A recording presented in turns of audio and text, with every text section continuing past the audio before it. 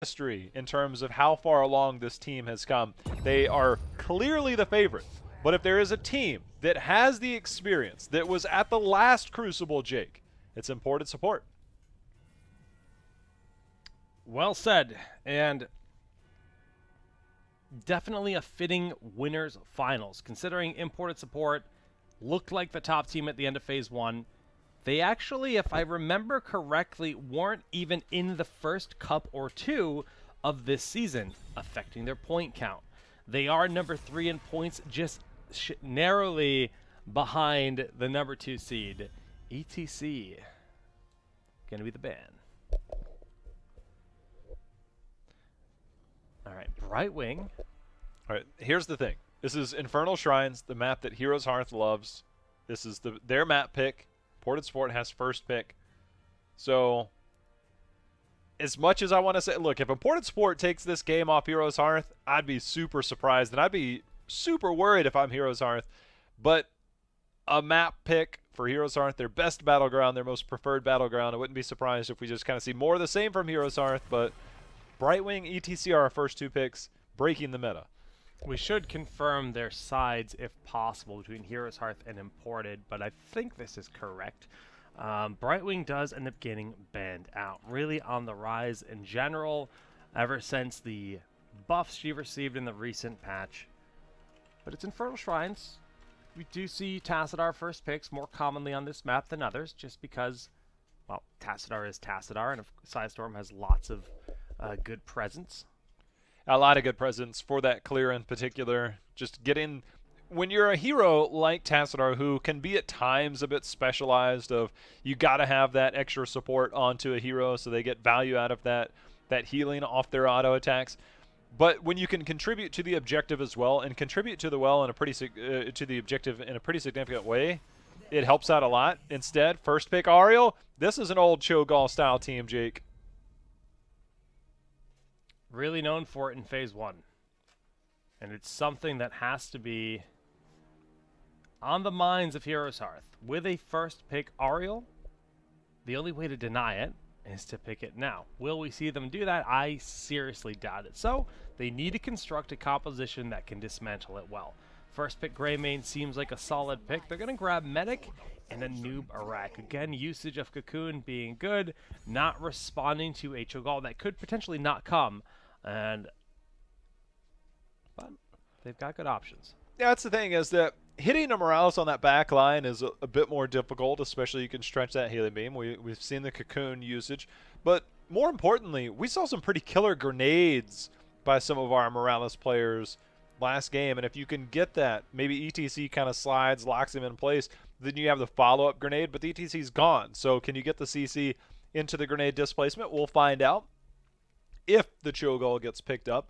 So Ariel, first pick. What's it going to be next? Will we see the Vala in this rotation? Maybe a Gul'dan even to try and fill up that bar?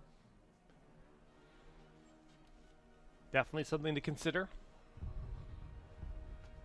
8 seconds on the clock. And right now, the Cho'Gall, not going to happen. Johanna and Vala. Vala, a great battery for Ariel. Johanna, a sound front line for contesting the space on the shrines. Okay.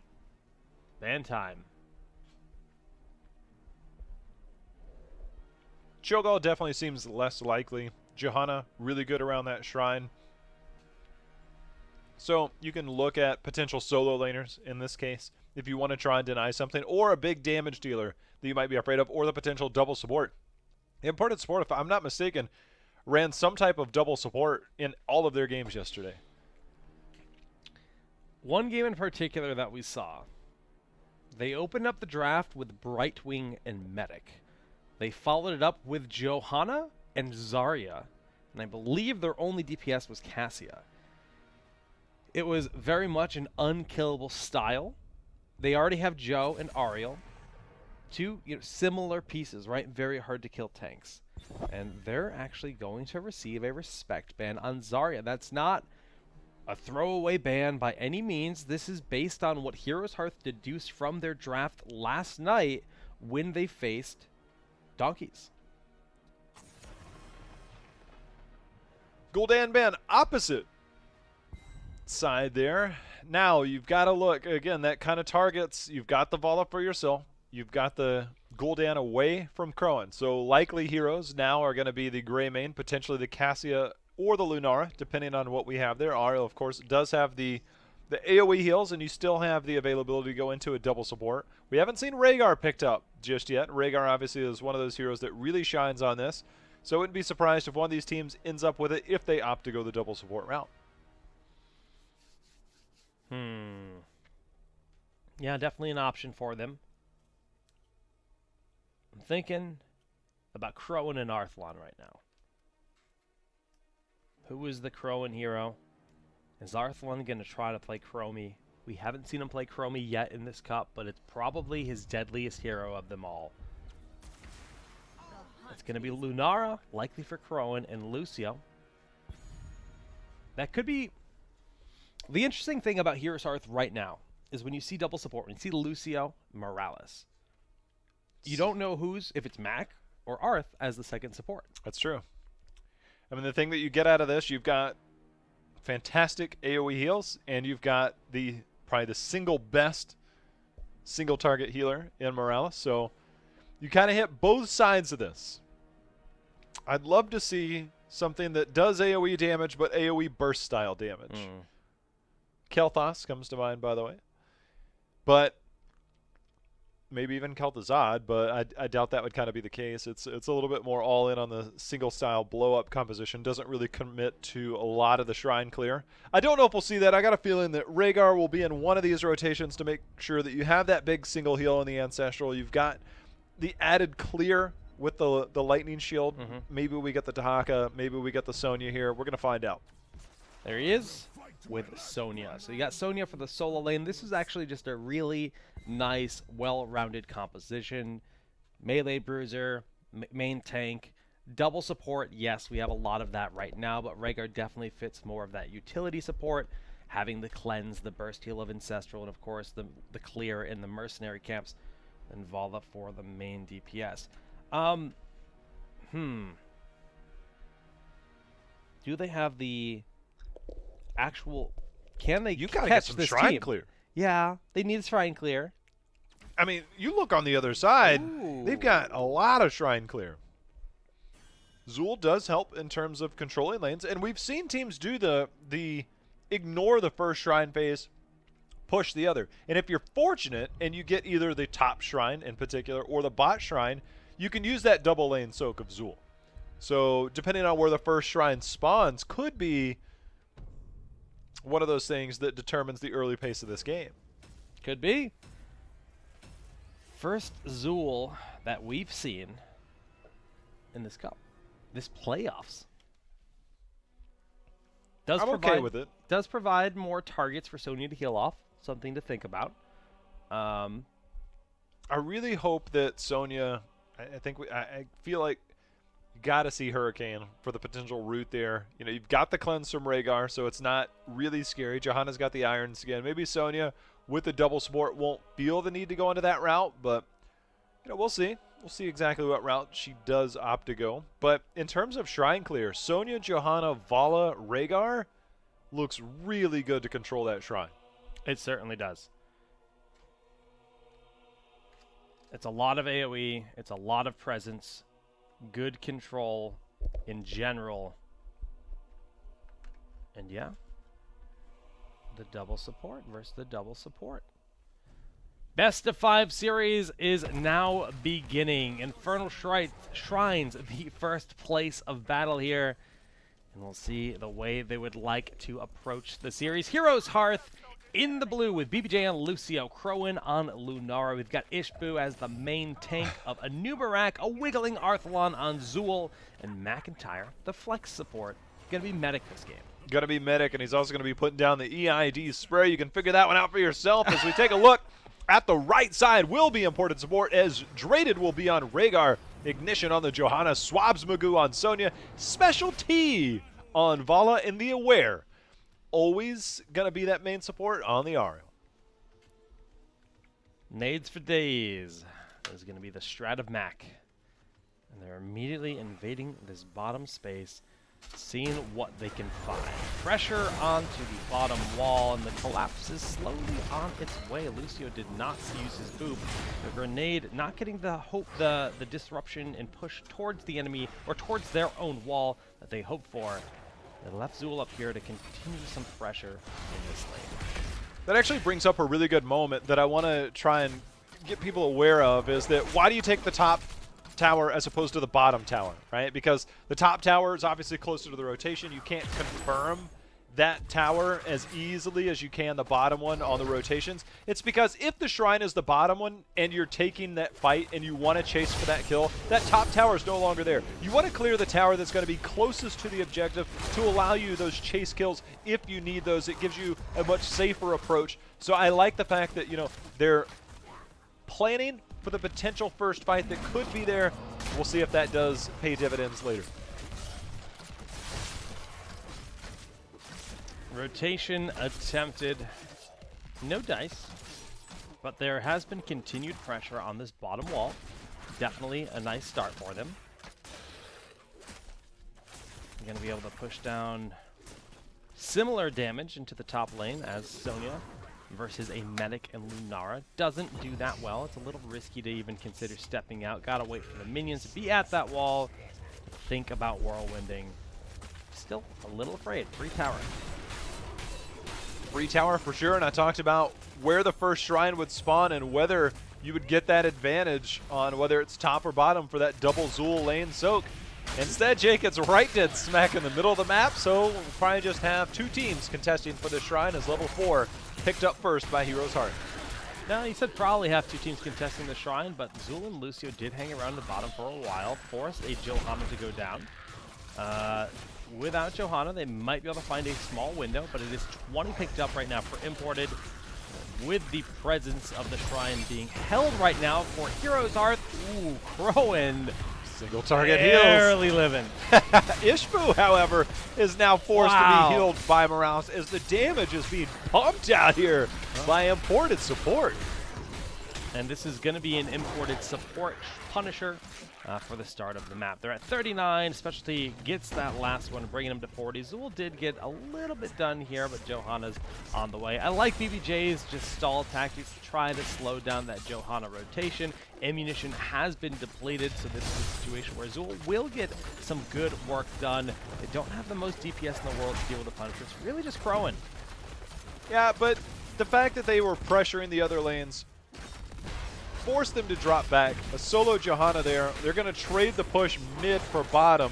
And again, you got to think about this long term. The next shrine phase, Jake, will not be in the middle. If it's bottom, now all of a sudden you're playing for that, and it enables the next Punisher to get more value because that keep wall's down. So staying there is probably the best call for Imported support to push the lane that they're already in, because by the time they rotate, Hero's Hearth is out of there, so you got to get some value. But I always feel like in those situations, the team that's able to split off, get that wall for the potential next shrine, is always going to come out ahead. Thinking about the future, definitely an important thing, especially on these 3-lane larger maps. This tower is low. Rhaegar's getting that camp, and level 7 has been reached for both teams. Energized core. Well, level 7 talent just so different now. Before there was only one. Does Oh no. BBJ is going to skate on in. Thank you very much. Thank you. And that always, you know, when that happens, it's, you just kind of go, man, what's the chance they check it at that moment? It's such a small window, 5 or 6 seconds, and, you know, which that was at risk of being taken.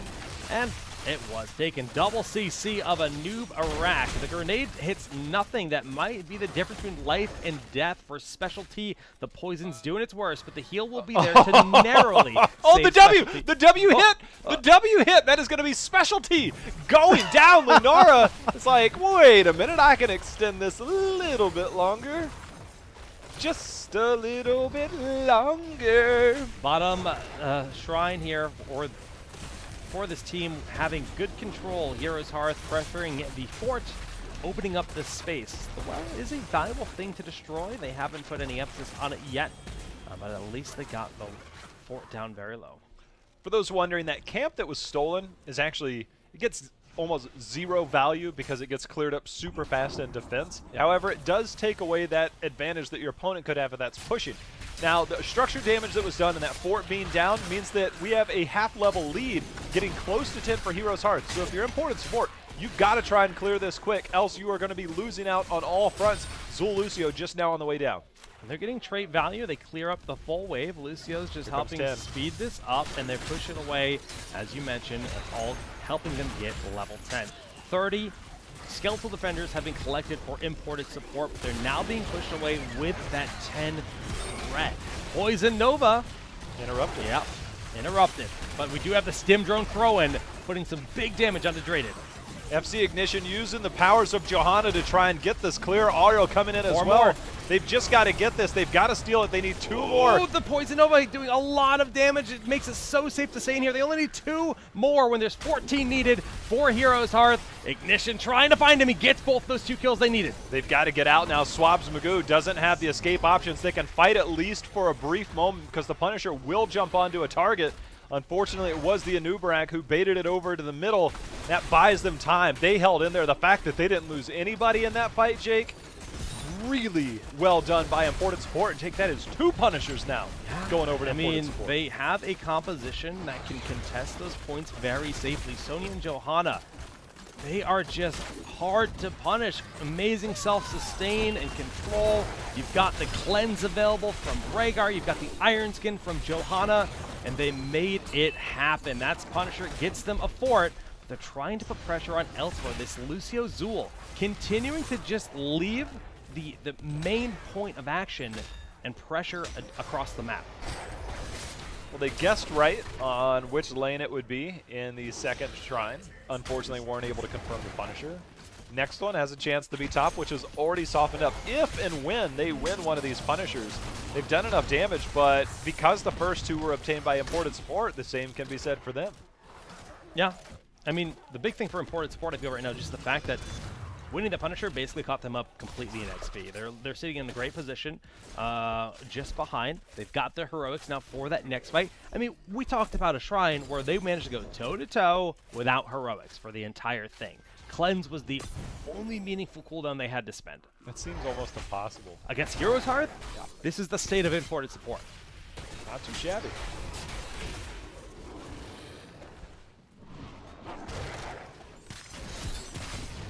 Okay, once again, Zul Lucio thinking about pushing out top. They decide to rotate down when they see the pressure being pushed in towards mid. There's a Khazra camp. If they're always going to continue to split pressure, just push. And that's a beautiful response. There's the Stim Drone. Stim Drone is out. Condemn coming in, trying to get the heal there. Traded. He gets the heal, but it's not going to be enough as the poison damage just going out from everybody. The chain heal, the Ancestral does lay it on the Special D, but Draded and Ariel, both supports, are now down, and BBJ somehow survives. That Poison Nova was glorious. It did huge damage. The grenade from McIntyre complementing it that much too. Don't know if it was intended, but man, did it work. But even still, they were close to living through a lot of that. This is probably about as good as a Poison Nova as you'll see. 2 members ended up going down on the side of imported support, and that top lane is clear, Jake. 13 talent tier advantage. Heroes Hearth might have lost the first 2 Punishers, but it looks like they're in a good spot if they can win this next one. Mac actually completes his grenade quest, level 1. Arthalons no longer has a Lucio escort, but will be able to get a Khazra camp. Put some pressure on the opposite side of the map. Will they respond to this? Looks like a no. That's the thing, is like, you either give up a pretty significant push to Zul, or you contest the shrine. You got to get 13, which should be done momentarily, and there's not a big advantage. Onto Crowin with a Rain of Vengeance perfectly placed down. Oh, they do get the kill. Traded goes in, gets the last little nibble. That was very well done. The Ancient Spear just about max range. Rain of Vengeance predictive, and like you said, Feral Lunge to make sure they get that kill. That was close, Jake. Dude, this is another Punisher, but... Yeah, but bot lane. Yeah, they need... Johanna's not enough of a response to that. Johanna isn't. She'll help a little bit, but you got to wonder as these Punishers get further and further along is that you can split push quite a bit, but eventually these Punishers become so strong, you've got a Shaman camp there, that this push could result in a keep potentially. Johanna obviously not there, will make it a bit more difficult, but... Current XP situation looks okay, but it's about to get real bad. This fort's going to fall, level 16 advantage, and that's going to eliminate a decent amount of the threat the Punisher could have provided. Yes, the fort is down, but the keep wall's there, and it's a 16 advantage. Backdoor keep? Are they? I don't know. Arthlon just showed This to is the This to the is side very greedy, I feel, from Heroes to continue doing this in situations like this. If you can trade a keep here, I'd say it's worth it. But I feel like you could defend this. You have 16. Well, it looks like they're going to be able to defend there. The I nice guess bait so. over by Yeah. Ishbu. Yeah, you're right. They They did did actually hurt. end up hearthing. Yeah. I think that's a safe call. That's a safe call. Speed boosting into the fight with the 16 advantage. Not going to be able to get it. Punisher ends up destroying the wall. Not a lot. The side wall. Morales going into extended care, making sure she stays way far back or helps the diving hero of Zul or Nubarak as getting that extended care, 40% extra range on that healing. Bottom lane will be cleaned up here. Nice little victory, stealing this with that 16 advantage. Yeah, I mean, Heroes Hearth definitely approaching this a little bit differently than what we typically see, using the Lucio and the Zul to constantly roam around and then just counter push, counter push, counter push. And so far, it's worked out fairly well for them. I'm curious if Imported Sport can find a way to punish that. Because so far, they've maintained a decent position, one level down. We're in a spot where nobody's really taken control. You have a full level lead for Heroes Hearth, but every time the Shrine phase comes up, Imported Support finds a way to win, or they'll find their way to be on even talent tiers as the grenades. Back. Stop it. Cost 0 mana. Look at those impalers. Now, they're doing work. Looking to force the fight. Sibdrone has been used. I believe Cleanse was spent on Lunara as well, and the pressure is on Swab's Magoo. The one lockdown that they had available was not enough to lock him in place, but Specialty getting the heal at the last second, and Ancestral Heal topping off as well. There goes the Cocoon and the Poison Nova, but Crystal Aegis keeping the fight going. Ariel getting that big heal. 3 members healed up. Oh, the Cleanse and the Ancient Spear to get out of there. Wow. All defensive, but it's holding for now as they manage to survive that. I don't know if they can survive much more. I don't know. A keep's being threatened now. They got to clear up the minions, stop the dive. But the heals from Ariel, Jake, have been phenomenal. Going Reservoir of Hope already with 5 stacks after 16. 16 was just picked up. Big minion wave for Arthalon to gobble up and summon little army, little skeleton army for himself. And a back flank. McIntyre is trying to get out of here. He's got the Cleanse onto him, and there's a nice sound barrier. Looks like they're going to be able to get good posture to actually isolate and clump everyone else up. On the back side of this, no, they're just on the retreat. They only have 8 skeletal defenders, and now the ultimate shrine clear of Imported Support instantly gobbles up 10, and they have the superior clear here, Jake. They do. By far have the superior I mean, clear. look at the response from Heroes Hearth. They're like, we're just going to try to slow you down. We had to send multiple people back to Hearth. The grenades now going to slow down a little bit. They only hit the one target, but Zul's here. Poison Nova just came off cooldown. Stim drone is out on the Crow and trying to spread that damage, and it's going everywhere. Swaps Magoo, gets the heal. Crystal Leech is going to be out. Follow already down. They're forced to try and retreat here. Swaps Magoo is going to go down. There's another member as Johanna and Ariel both go down. Rhaegar's going to top it off as 5 go. The Punisher was picked up, but it's all for naught. Jake, these death timers are long, and they are looking for a keep, potentially core. Holy crap. That fight was just about as good as it gets. No Ancestral even to be considered. Full chaos as Zul marches into the center of the fight, and the poison of Lunara and Poison Nova overwhelming for even the Rhaegar Ariel. They have plenty of spread healing. Not enough for that. All right, Vala is up. Sonya a few seconds away. Same for Johanna. You'll have the blind for the auto attacks. Shields are down on the core. Important support is going to try and hold. Rain of Vengeance catches 3 members on the backside. Ignition is out. In comes the Condemned. Crowan taking all kinds of damage. Does go down. The shields. The core is down to 50%. They're still putting the pressure on. 40%, 38, and they are falling. That is 3 members down. 4 members down. Only a Mirage. 33% left on the core, and now they've got a Punisher on the other end. Jake, this could be important support, turning it around to take game 1. I don't think there's any way you stop this. 50 seconds or so, and it doesn't take long to get across the map. Yes, McIntyre can buy his time, a little bit of team. If he can continue hitting the targets with the grenades, it buys a small bit of space, but he could also just get bodied here. There's the arcane tethers there. Yes, the Punisher is getting low. There's no way. It's too long. Oh, he's dead too. Doesn't even matter. Sonya and a Vala on the core and a Rhaegar.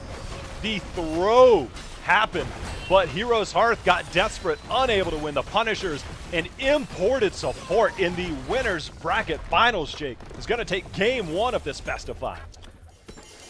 Somewhere in this world, Calaris woke up and turned into the stream because it wasn't quite 2%, but that was definitely a dive. I mean, that 3-mana Rain of Vengeance, a big part of it. Yeah. You open it up, that's about as good as you can ask for with an ability like Rain. And, man, I mean, it's definitely feels bad. They had a beautiful team fight. They won decisively. But at the end of the day, they threw. Death timers just weren't enough. Yeah. I mean, if you get 1 more level in, 2 more levels in, that's game. It is. That extended death timer, but they had to go through. They had to get through the keep. They got through the keep, but double support lacks in that big siege damage. Lunara does great damage. Zul, he went the Echo of Death at 13 to get the science, but you're not necessarily getting the same type of cooldown reduction. So your siege damage is now Zul auto attacking. You've got one ability that really does anything to the core. Lunara just auto attacks. Johanna came out, blinds for everybody, and if we saw that, she came from the flank side around the core to get max value on the spread and the Condemn. She also went the cooldown reduction on Condemn at 4, which played very heavily into that team fight to control the entire area. Imported support defends that so incredibly well. I was super impressed with how they held on there. And that puts 1 number on the board for imported. It's best of 5. But to start out a series like this, with Heroes Hearth having such a dominant Phase 2 season, that's got to be a big sigh of relief for all the imported support players and fans at home, because it's going to be a long-fought battle here. Remember what I said when we started the draft? Whose map choice was it? I don't remember. It was Heroes Hearth. Okay, there you go. Their battleground. Their battleground. Imported support comes out and says, not anymore. Not anymore. I am very impressed. And the thing is, Heroes Hearth, you know, they got the kills there towards the end, but it didn't seem like they had the pop. You know, they couldn't win the shrines. They had no clear with that double support.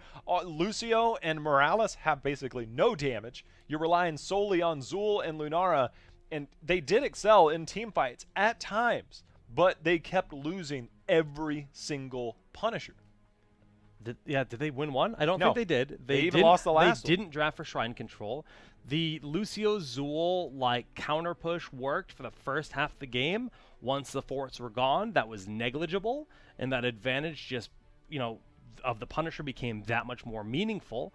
They got that one fight at the end, but I mean, they didn't get the Punisher. They won the team fight. Punisher had already cleaned up the keep, and what'd you say? Super impressed with imported. Super. That held there. The 3-man reign, I'm telling you, started it off. But Sonya came out, Johanna came out, and they took control. They took control of that defense there. They had all the tools. Our second map will be Cursed Hollow, and this is one heavy on the macro. We saw decent signs of macro play outside of the objective for Heroes Hearth. We'll see how they approach game number 2. Cursed Hollow is going to be the map. And it looks like we're just about ready.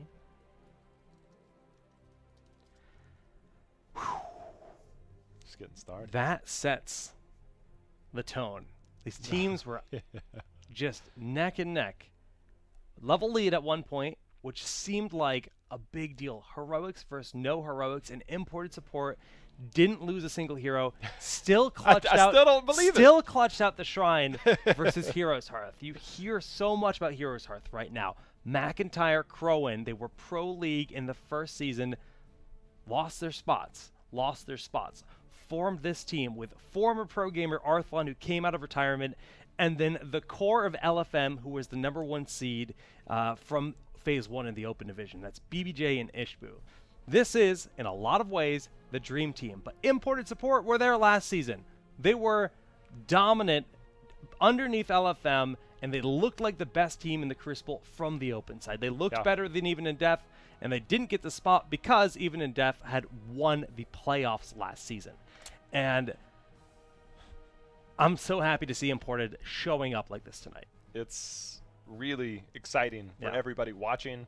You know, our viewership is now ranging beyond, you know, we've got casual fans to the diehards that love esports. Yeah. But now we've got the pros who are keeping all eyes on this. Oh, yeah. All eyes are on Heroes Hearth.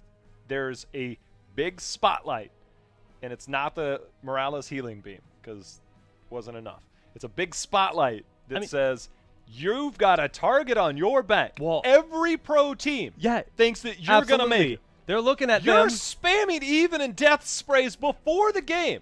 Before all season, actually, the last few weeks, ever since the Even Death spray got added into the game, they have been all 5 spamming it in their HGC matches. Teams are bringing it, though. Teams are bringing it. You said the spotlight is on them. I want to put the spotlight on the Aware when he is on Ariel. That guy min-maxes. His detainment strikes make a difference. His heals always ready, it seems. I don't know what it is about his Ariel play, but it is one of the best here in North America. And I'm very interested to see how these teams will approach Game 2's draft. We had, was it ETC? Who was our second ban? We didn't see Tassadar that game, which felt a little different. But yeah, Shrines, he's very prominent. Hey, yeah, this is actually what teams did last season. Ariel is being hovered. This is what teams did last season. Yep. You just said it less than 30 seconds ago. Ariel, the Aware, they were synonymous. They were, and this is also a team that was, you know, largely feared by their Chogariel. Cho'Gall, Ariel, and one great way to try to shut that down is just take Ariel away. It's the double whammy of the Aware being such a boss with that hero and medic. Support bans galore. Is it ETC? Is it Brightwing? Is it Haka? It's ETC. ETC pickup can do many things with it, whether you want to go into that global. And speaking of global, Brightwing Vala instantly locked in. The rise of the fairy dragon. Well, Rhaegar is far from a bad pick here. Could definitely go for the Rhaegar if they want it. Could be the Uther. Divine Mosh, not the thing it once was. No, we have not seen.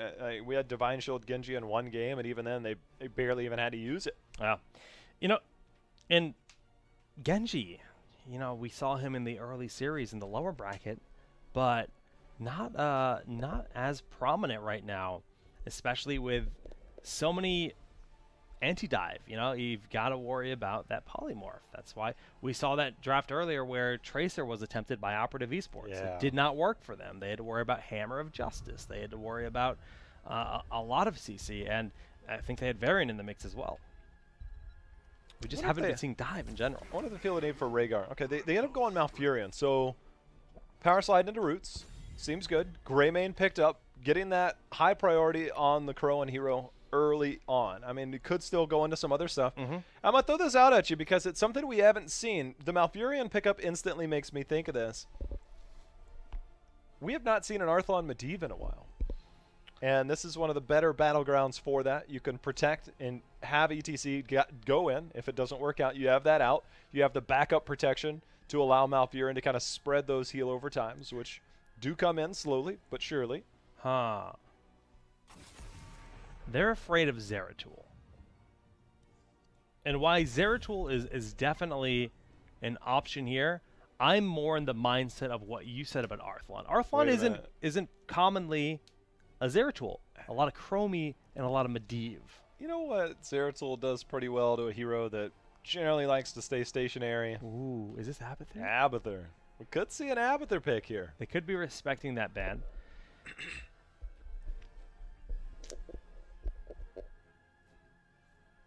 Haven't seen a lot of Abathur. We've seen some Abathur bans.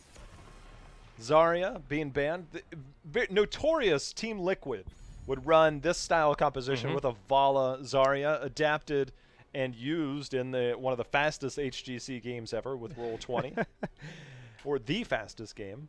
I gotta say, last night when we saw Imported play the Zarya on Cursed Hollow, the expulsion zones Oh my goodness. were absolutely disgusting. And with control like Emerald win in expulsion zone, it's definitely enough reason to respect that, because the rest of this draft could have gone Zarya, Johanna, another support, and that's a style that they showed off again last night. Some interesting bans coming out here between the Zeratul and Zarya. So Lucio is going to be the secondary support as Arthas picked up. Generally one of the more favored counters towards Greymane and ETC. ETC has a hard time getting out of there if he power slid in. And you've got Icebound Fortitude for Arthas to deal with those stuns, to be able to make sure you've got the armor. And then Greymane has a terrible time diving into that because of the slows. So we'll see what we get on the back end of this. Again, Abathur, a little less appealing because having a Greymane to go in against the Arthas, a little bit more troubling.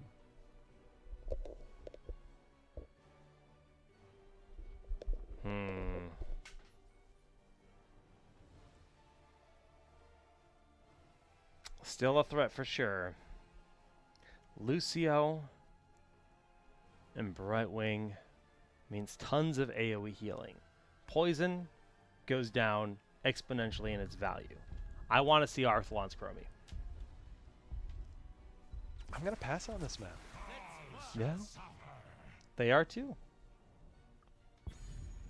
Leoric. Great response to Arthas. Falstad gives them a global in the mix. Could end up being a Brightwing lane. One pick left.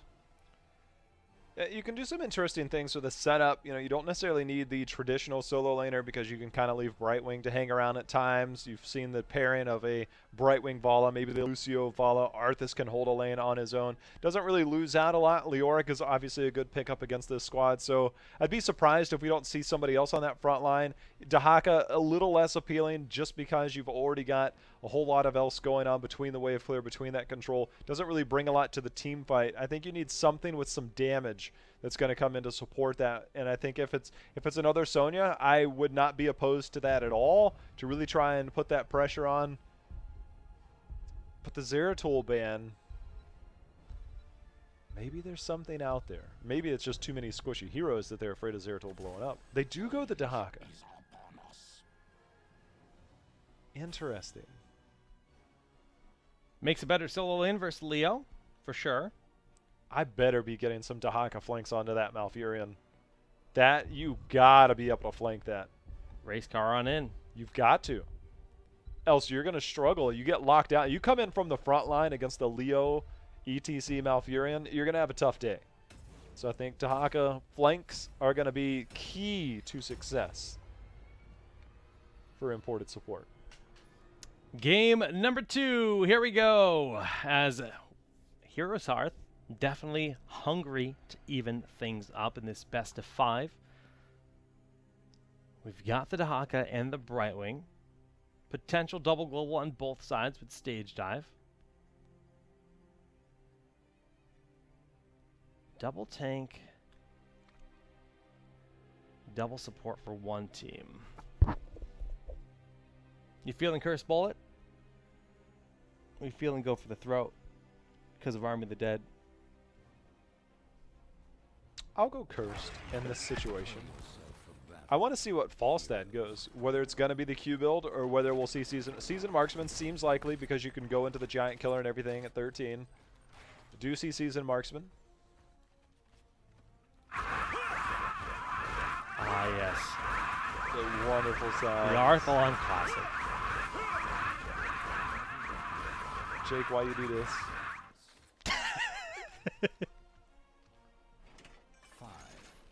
So much more peaceful over here. Such quiet. Imported support.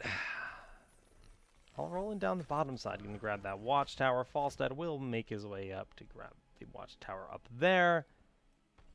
He's got to bypass it. Ignition. It's greeted by Leoric and company. And speaking of Arthas, we've got Rhyme, his version of block. Nice boop there on the power slide in. Yeah, the block will be good. Hungry arrow build for Vala. Phase shift build becoming the one and only play, even with the changes that she got some other love on her Q build at level 1. Hasn't been picked once. It's always been all about the phase shift. They do get the power slide root combo, the BBJ Ishbu classic.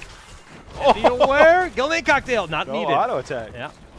It was a really good polymorph there to try and thwart the attack, but good follow-up there. Didn't really think that ETC had come back around, but indeed he did. Okay, Arthalon holding his own right now versus Swabs. Bottom lane, restored to normal with the respawn being so short in the early game. It's three-man setup. Ishmael, we saw the ping there. Arcane Flare's going to go out, but he's going to find ETC in the other bush instead. Always worth checking. Got to keep eyes on, got to keep Ishbu honest, because again, we're always going to look for the power slide. Especially does get the knock away, just good control from the supports, maintaining Ishbu, keeping him in his cage. Despite all my rage, still just a cow in a cage. You know, I guess it's more of a stable that they would normally live in, so. It's a cow. You don't keep cows in a stable. No? Keep them in a field. Keep them in a field? From Kentucky. But what if it's raining?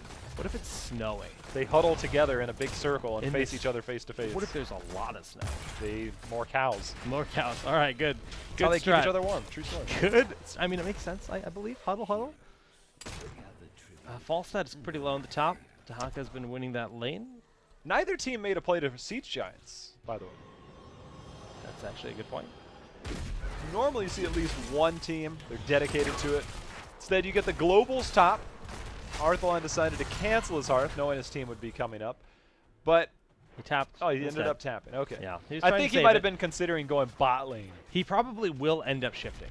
And that's a nice way to just leave that open. Because Brightwing has maintained position in the bottom, and yep, he's going to end up flying down to the fight. Draded.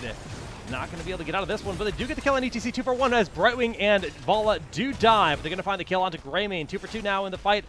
Looking at Swabs and racing on him with specialty. There's a good bit of sustain, but Ignition.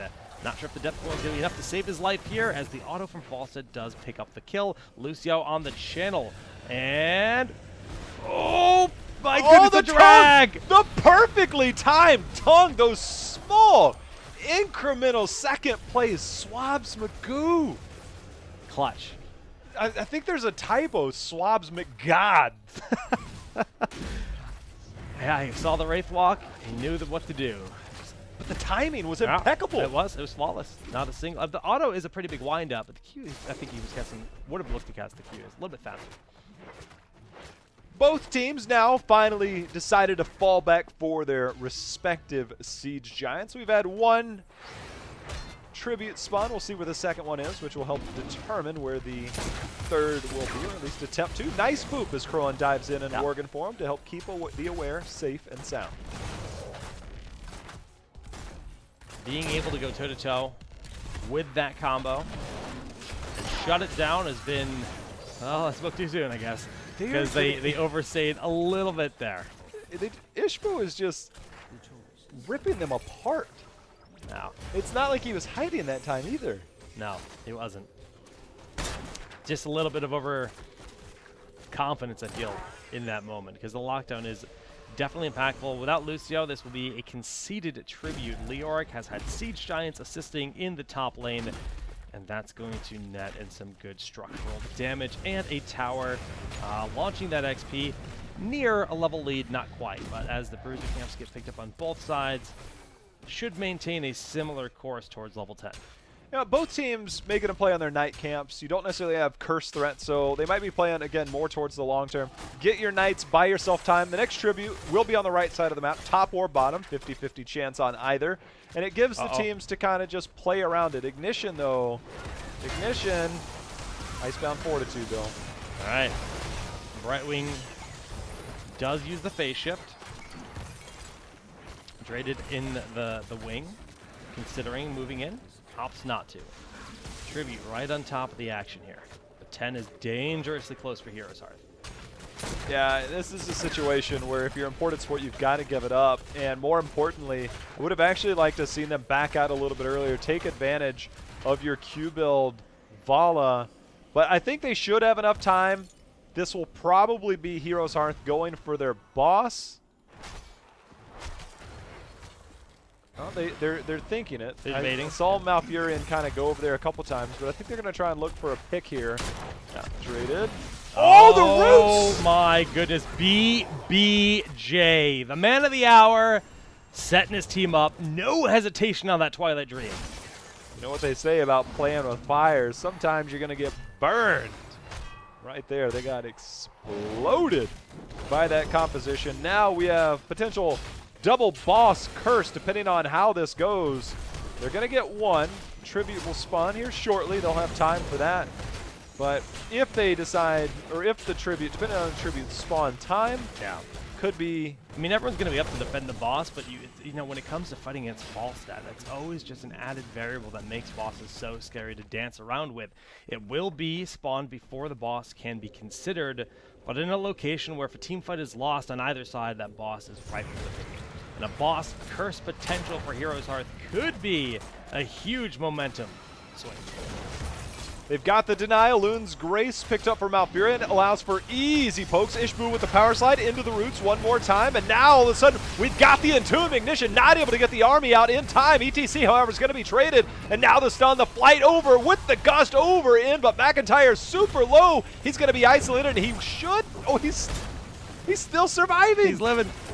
He does go down. The gust wasn't necessarily the money play they wanted. Only put them in a weird spot, right? It was a 4v5 scenario. I think Arth expected the health bars to be lower than they were, but Lucio puts out some solid heals, that's for sure. The boss is doing what it can in the bottom, but a good hold here from Imported, denying the power swing that could have happened. Big power swing that could have happened. If they ended up winning that fight, and they might have a fight on their hands right here. Boss is picked up. There is no gust. McIntyre goes in. The boop out. Oh, the Twilight Dream! Huge damage is going to fund the 2 kills. McIntyre might die, but that is a Leoric. If you're going to lose someone, that's the one you want to lose. Crowan finishing his quest down and jumping in the mosh pit, giving them just a moment to breathe. But we do have Greymane falling as Crowan's out of the battle. Traded, gonna get a face shield.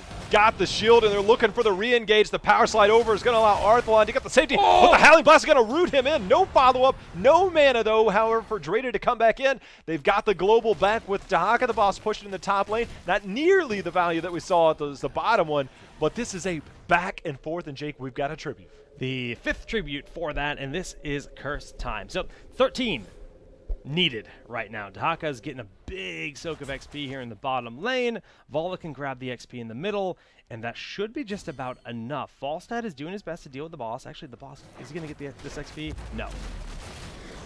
They don't have 13. Dahaka's coming in. Specialty with the... Oh, he actually baits out the roots. That's a pretty solid play. There's the Entomb, and the sound barrier is forced out as a result. Leo gets instantly deleted, and now all of a sudden rooted in. It's going to force out the mighty gust. Arthalon got to be a little bit careful. He's now stepped into the slow. Ishbu on the backside. Army of the Dead is out. But Ignition complete with the zoning. It's going to isolate ETC, who's going to go down. Dude. We're going to have a curse and 2 people dead. And you know what? This camp's already activated. Grab the camp. Get some serious value, Jason.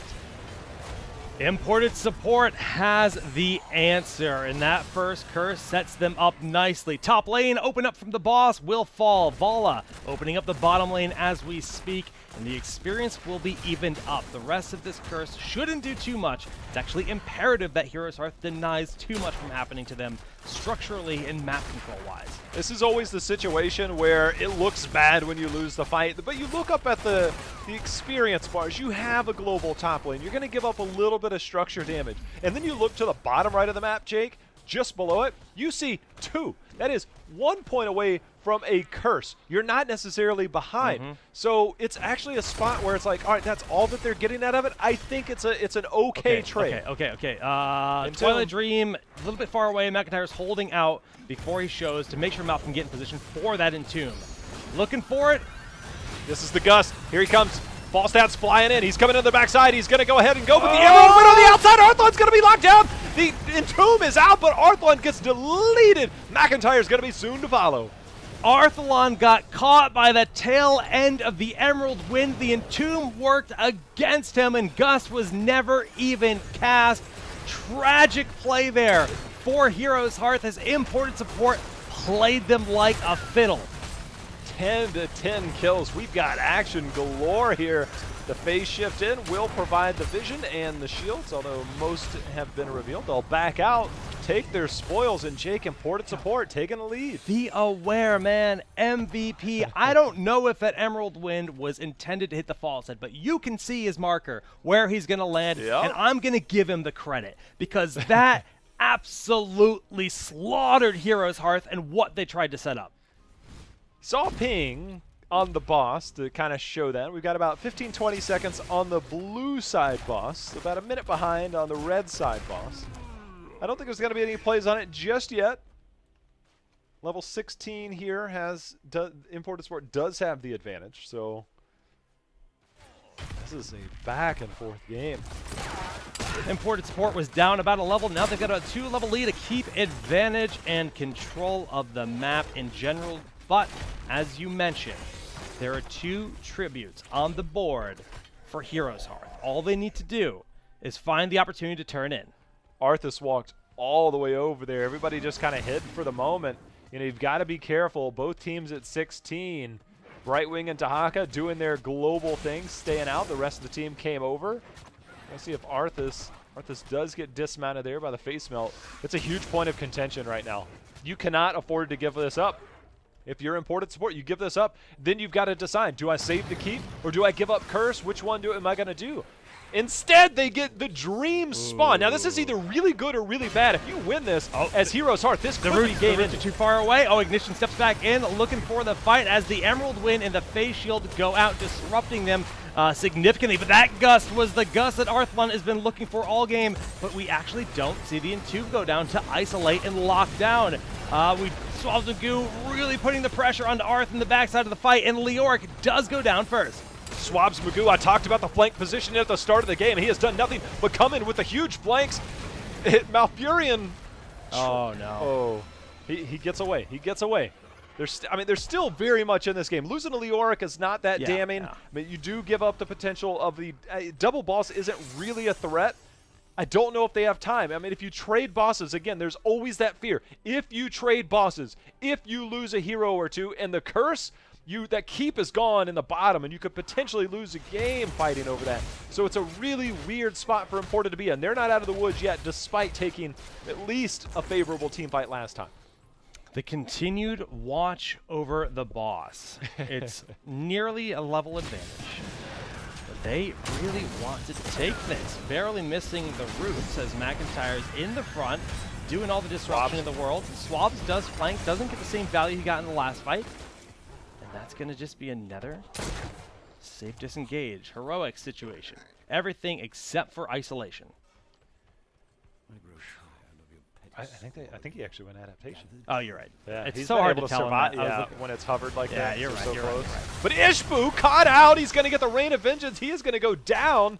And now this is a much more troublesome area. But they still have to keep an eye on this boss. They still have to keep an eye on this boss.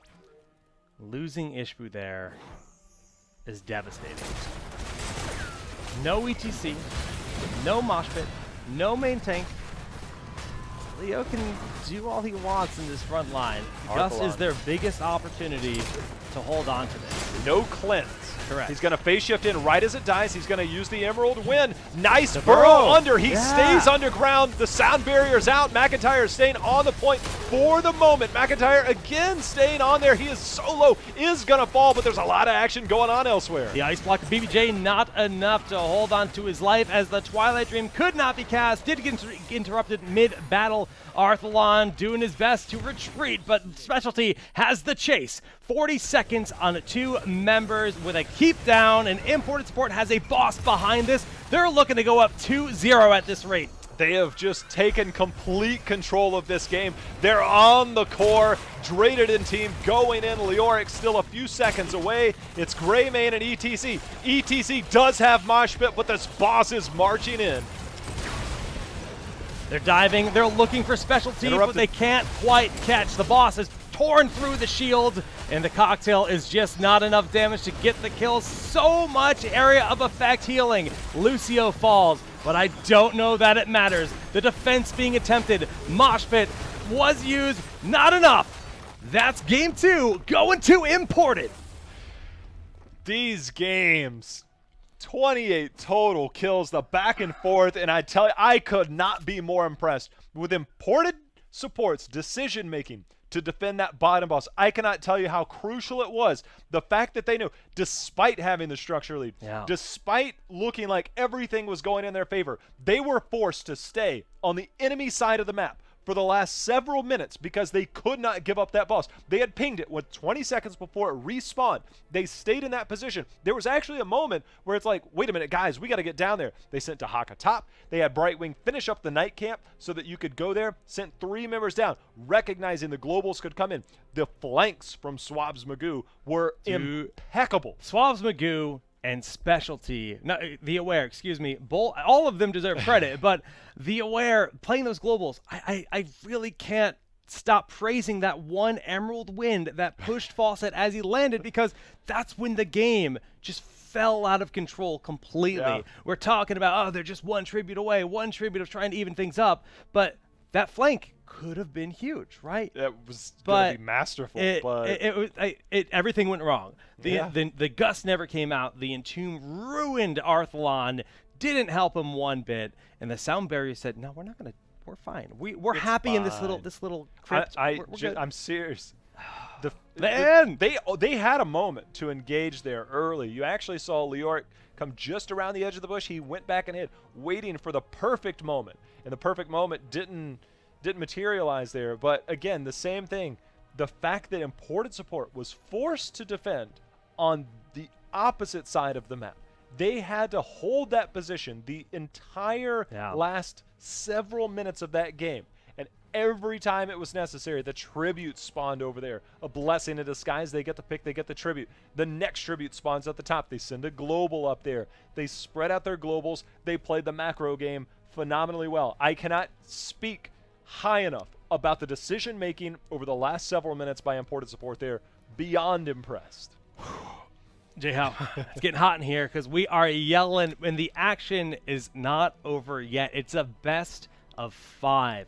We've seen the runbacks before, many times in fact. It's a fabled thing. You know, you got to dig deep. You've got to shrug it off and tell yourself, we're the better team. We're Heroes Hearth. We can do this. But Imported Support have to be feeling confident. Winning those games in the fashion they did, a throw in game 1, riding that wind, sailing into game 2 with so many decisive team fights. Game 3, J-How, what map is it? It's Towers of Doom. Not yet. It's a little preemptive. Let me tell them we're ready for the ah-ha-ha-ha. I did the voiceover for that one too, by the way. You're so talented. Yep. I did Murky, Towers of Doom guy, the Sappers when they charge in. Can you give me one live? I'd like to hear the Sappers B-Step, Bird. You didn't do Speed Boost from Lucio, though. Does it even make a sound? No, his voice. Oh, well, yeah, I mean, I couldn't quite pull that off. But I'm just trying to bait him into going Speed Boost. He won't do it. Esports. Either way. Good enough. Imported Support up 2-0. Big shout out to everyone tuning into the stream and for following the channel. I think we crested over the 9,000 marker. And for a channel that's less than a year old, I'm pretty content with that. I think it's been a great year of Open Division. We've got 2 nights left here in 2017, tonight and tomorrow. This match does determine our first team to enter the Crucible and our first team to enter the grand finals of these playoffs. And then tomorrow it will continue on.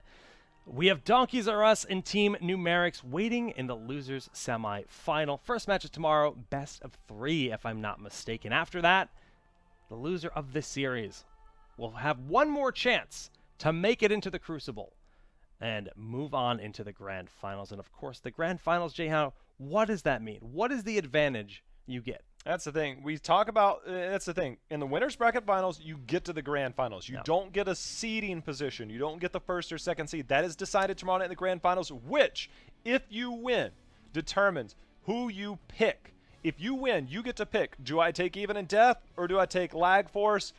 Or do I take even in death? We interviewed BBJ after cup number 7, the last cup in this season, and he said, well, clearly we're going to take even in death, mainly because stylistically we're more confident playing against them. But they also said a part of that is server situation. They have a lot. That is true. Is because the HGC Pro League teams decide what server they play on. And one more note: even in death, last phase came in, won the playoffs. They did not win their Crucible matchup, but B-Step disbanded. Thus, the Crucible, or excuse me, the Open Division playoff winner by default entered into the league. So if we had a similar situation, it could go into that. So winning is very important, and we have already talked about the Aware on Ariel. The entire Phase 1, Season 1 that we had, this was a staple in every imported draft, and after Game 1, it's now 2 for 2 in the last couple games, or Heroes Hearth wastes no time banning Ariel against imported support. Lesson learned, for sure. Take that away from the Aware. These are identical bans to game number 2. For Towers of Doom, we've seen some pretty early priority on ETC and Brightwing across the board. Now, I don't know if we had any mosh pits that made a difference in that game.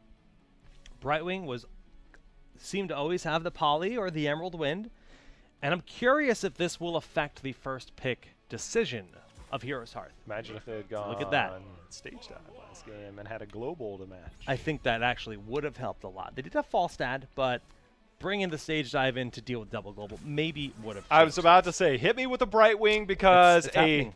Task Tracer is a real threat here from Heroes Hearth, and by picking up the Vala, you take away the Vala Tassadar combination, which is terrifyingly strong when that is in the hands of Kroan, and Brightwing is a natural counter towards Tracer. So now, where does Tassadar get value? The Lunara damage that we saw in the previous series, or in the first game, was quite handedly healed up at most times, did struggle a bit, but the options that you have now are Lunara and maybe even Zul'Jin.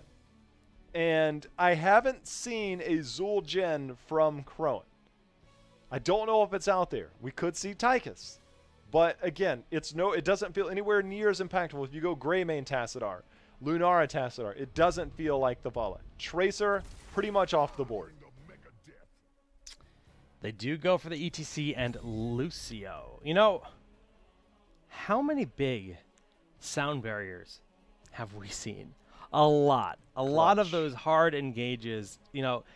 Early game, Heroes Hearth was winning. The team fights, they were getting the picks, they were getting the power slide into the root, As soon as level 10 came into play, it just stopped happening. You would suddenly, just the sustain of Lucio, especially at 16, and Brightwing, with just the sound barriers coming through, ended up shutting all of that down. And it was really nice to see this adaptation to grab Lucio away from them, bring it to their side, and take away the Lucio Brightwing. Greymane is currently being considered as a ban. Now Cassia. Was it them that played Cassia yesterday? Or was it imported? I think that Kroan might have played Cassia. Now, I'm actually a little bit more, unless they're going with it themselves, I'm actually a little bit more afraid of and I doubt they'd go Malthael now themselves, seeing the Lucio on the other side. I'm a bit more afraid of a Malthael in this situation for Heroes Hearth. You've got the Polymorph that could be there. You don't have the threat of a Divine Shield because they've already got their double support, so it might be something they're okay with letting through. The Cassia obviously is another auto attack style hero to pair with Tassadar. I'd love to make sure and see that they keep this a little bit neutral, maybe even save their warrior pick unless they feel confident go into another damage dealer again. The threat of Tracer is still there. Brightwing herself is not enough, so you've got to have an open spot in your draft, and luckily they have the last pick. They need to leave that open spot for the potential counter pick.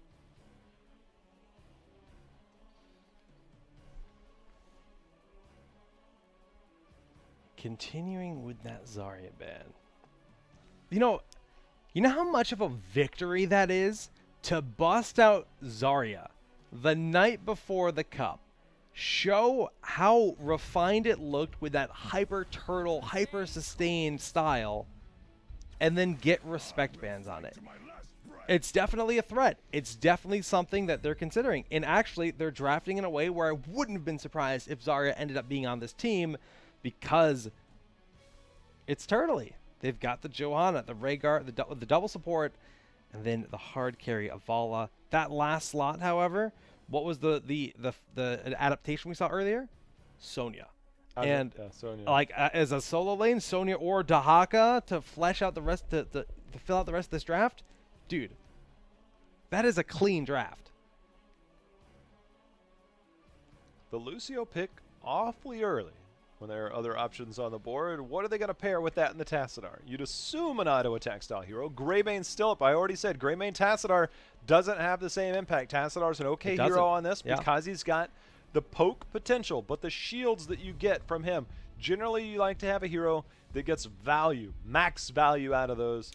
And we had a similar situation. I don't think it was Heroes Hearth that was playing, where Zul'jin ended up getting picked up in that spot, and it just didn't work. Brightwing would polymorph the Taz Dingo, Emerald win the Taz Dingo, and maybe Guillotine would have made a difference. I don't know. They're going to go Lunara and Falstad. Sticking with the Lunara, sticking with the Falstad, bringing them together this time around. The Falstad will give them the global. Now, Sonya or Dahaka? They both have pretty good cases for both. You'd think that they probably will likely have another frontliner for Swabs. Who you feeling? Man, I said Sonya Dahaka. I think both of them, it gives you the double global again that they had in the last game. That's super good on Towers of Doom to put that pressure on, especially late game. Sonya, again, another nice dominant solo laner. What do you have to worry about for solo lane? Falstad? Tassadar? Like, you can win that lane with either of those and really put some good pressure on. It's going to be Dahaka. And we saw Swabs with those flanks. It wasn't just Malfurion that was his target. Constantly, any squishy in the back line wasn't safe. I spent a lot of time today in the hotel room looking at drafts, trying to look at the top teams and how they played certain things. And I really took a look at Fnatic I was actually watching one of their games on Towers of Doom where they ran a double global style. And the approach of, if you have a global, and if we see the early camps when they spawn about a minute and a half in, will we see a potential invade? You can really abuse your double global. You can kind of proxy somebody top, proxy somebody mid, use your globals for that invade, force the other team to either 4-man commit and then take advantage of the lane, or use your globals for an invade because the early sapper camps can get value. You can use your global to go back and contest the first altars, which are just a few minutes in. There's a lot that you can get done with this. I'm curious if they have a plan in mind for both these globals. Oh, we're about to find out. This is Game 3 on Towers of Doom, and I feel like BBJ and Ishbu gotta start feeling a little nervous. In Season 1, they were part of a team called LFM that wasn't as dominant as Heroes Hearth, but was still the #1 seed and considered the favorites in playoffs. They fell to the likes of imported support and even in death, and they find themselves down 2-0 in the winners finals. Big change in Season 2 is its double elimination. They still can bring this series back, but they need to win 3 consecutive games to clinch that crucible spot, and imported support are very close. Very, very close. And we have one more night of action, but we could not have asked for more fireworks here to start off night number 2. So we will see the split of Johanna and Rhaegar here. Daka has used his Brush Stalker to go top, and Crowan, as usual, getting quite a bit of AoE damage pumped out there.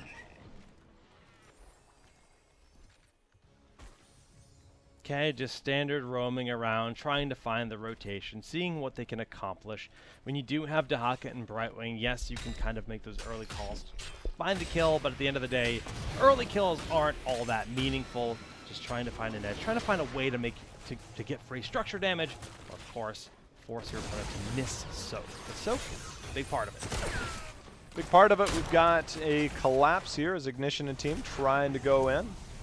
Crowan going to be safe and sound as he backs away. Not a good enough flank there.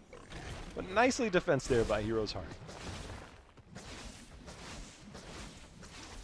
False Dad Dahaka in the top lane. And a 4-4 roam, it feels like right now, between mid and bottom. All 3 altars on the way. And, you know, traditionally, you'll just see the globals hang out in the top, grab their altar, and convene on the point here in the bottom. But this is a very early Sapper camp, and that is not all that common to see happen, at least not recently, and they're going to do it here. Yeah, I think it's kind of that trickle-down approach from the pro scene. It's getting that lane control bot lane, and a lot of the pro teams have been starting to adapt that the minute they spawn. But as you said, Jake, Global's top, Draded getting body blocked. Oh, the peel! That's enough for BBJ to easily grab the altar. That was probably the shortest first altar phase we've had on Towers of Doom in the open division in this playoffs. Yeah, pretty short there. Nicely done by Ishbu making the play there. Specialty's going to hurt Thank. We'll see who he Z's back onto if he will come right back to that bot lane. Enough of this charade. And he does. Straight back down into the mix of the bottom lane. It is going to be the healing totem for Rhaegar. So it's akin to what they were doing with Lucio, just having overwhelming AoE healing for their team, right? You have Lucio to ramp it up. Rhaegar's got the chain heal, he's got the totem, and then he's got the burst sustain. So I feel like it's again going to be a very hard team to kill with Johanna Dahaka double support. I'm really questioning how they're going to do it. It's mostly poison damage with Lunara. Yeah, the poison damage. The Rhaegar's got decent heals. He went healing totem at level 4, which is on a short cooldown. You've got the AoE passive heals. Yeah. Oh, it's everywhere. Tons of AoE healing. As such, I think we're going to have a pretty slow, neutral, early phase of the game here as a result. The way the draft has worked out here, Ignition and Swabs are going to be able to get the drag, but Barrel Roll, I think he caught him. No, he caught him right as he started. He caught him right as he started. But the hammering will get the slow. Close calls. Arthalon lives to see another day. He can hearth and fly into the battle. Invade happening as they committed 2 members into the top lane. Dahaka with the Brush Stalker. They have to use that stasis, and BJ wall riding away from that condemn. Ishbu will end up falling. Close calls, but man, that Dahaka global. BBJ taking quite a bit of damage. Draded's going to go over there. He gets the reset on it. He missed the he missed the first one. If he had hit that first one, that would have been a dead Lucio. Instead, we have the altar being channeled by imported support to even it up. 32. Things are even up. Sappers threatening the bottom wall as Specialty is doing his best to zone them away. 1, 2, and 3, all connecting, getting some good splash in the mix.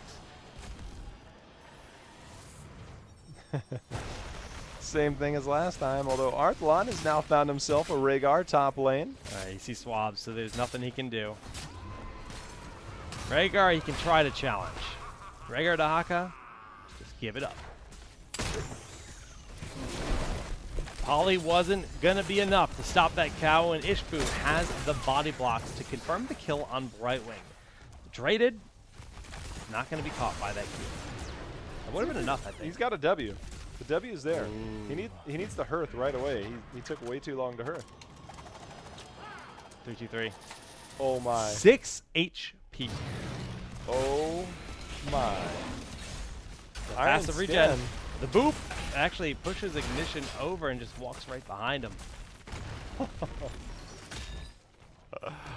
That Vala. Might be a cat. 9 lives. 9 lives, 6 health. Flip the 6 health upside down, you got 9. So same. Yep, definitely. Definitely the same thing. Spam cat emotes in chat. 10 is around the corner. It is just the singular altar in the bottom lane. Very even. This game, 32-32 with dead even XP. Level 10 has been picked up by Heroes Hearth. We'll see if they manage to pick up level 10 on the side of imported support. We saw them fight down with a Johanna before. Dahaka is still top, trying to soak. Ishbu is with the zoning so far. 10 dangerously close. Look for Dahaka to try and come in the back line. BBJ, and there's Swabs Magoo. Glad to see the stage dive here, but the drag is going to be used onto Ishbu, getting some good pressure on. There goes the adaptation of Swabs Magoo, and Ishbu can use stage dive to confront the backside of the fight. They've managed to disrupt the channel to force out chain heals from the Aware. Thorn would find value as well, putting on the good poison damage. But they've been able to sustain very effectively so far. Now getting the drag onto BBJ. Sound Barrier not going to be able to be cast as the interruption from that Emerald Wind, and they're going to find Ishbu on top of it. No! The Gust actually keeps him alive. Whew. Swabs Magoo, and more. Swabs Magoo. He has just made all the plays at all the right times. Gonna see the approach here to take out the final tower in the bot lane. Like catching a Lucio, just, you know, randomly in the middle of a fight like that, pulling him in, straight up won the altar, won the fight. So well done. Oh my goodness, Windy keyboard hit the computer, it ruined that.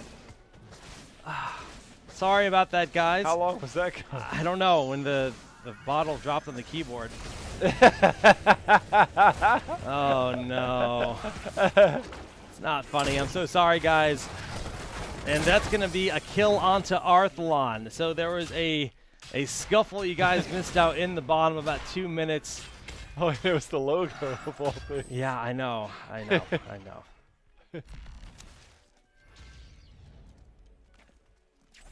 Got a bit of a cramped desk here, and during the observing that I'm doing, smack the bottle onto the keyboard, apparently hitting the hot. Hey, they didn't miss any of the action. The Aware getting a heal there. The Sound Barrier is out. The poison is going to be enough as Rhaegar will finally fall. The Emerald Wind coming out, but it's not going to be enough. Now they've got to find a way to disengage because Crowan and team going to continue the assault. Arthlon rotates over. Look, all I got to say is that is a beautiful looking background and logo.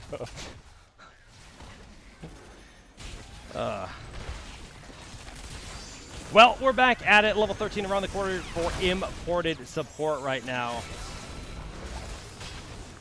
Dahaka and Vala looking for the flanks. McIntyre using the Oracle, getting eyes on the Sapphiros. Will get them the bell tower, and 2 altars are on the map. 2-minute delay, chat. Apologies, not really able to see that spam. Would have caught it sooner if it wasn't for the delay, but all right. 13 talent tier. We see the delay is just enough. Ignition trying to get his zone in. The phase shift in will provide the shield and the vision, but the altar ended up being channeled there, and the engagement portion is all right. Sapper makes it little through. That's a small victory. 13 advantage about to be extinguished. They're re-engaging on this bottom 4. I like the force wall. Let's be able to put some good pressure on. They got to be careful here. They do have stage dive, and there it comes. But is it too late? Crowan being focused down. Sound Barrier barely clutching it out in specialty. Has to ice block. The minions are putting some DPS on him with the poison. I'm not sure if he's going to live through the phase shield, giving himself that one shield. And yes, the did reclaim the bell tower. Rowan once again seems to be the target. Traded, however, going to be the first one to fall. First to fall, the bell tower will be up momentarily, and Swabs Magoo is isolated by the force wall. He's pinging furiously. Somebody help here. But now that this is going to respawn, they'll have to disengage and come on out.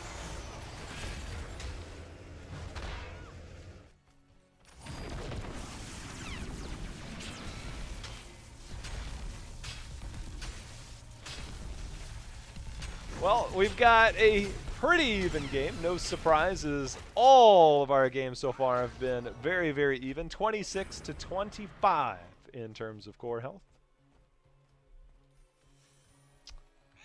Yeah, I mean, it's about as close as it gets right now. They even up that bell tower to make sure they weren't at a deficit. Bit of a dicey battle that happened around that bell tower in the bottom part of the map, but maintaining a solid position here. And we've actually seen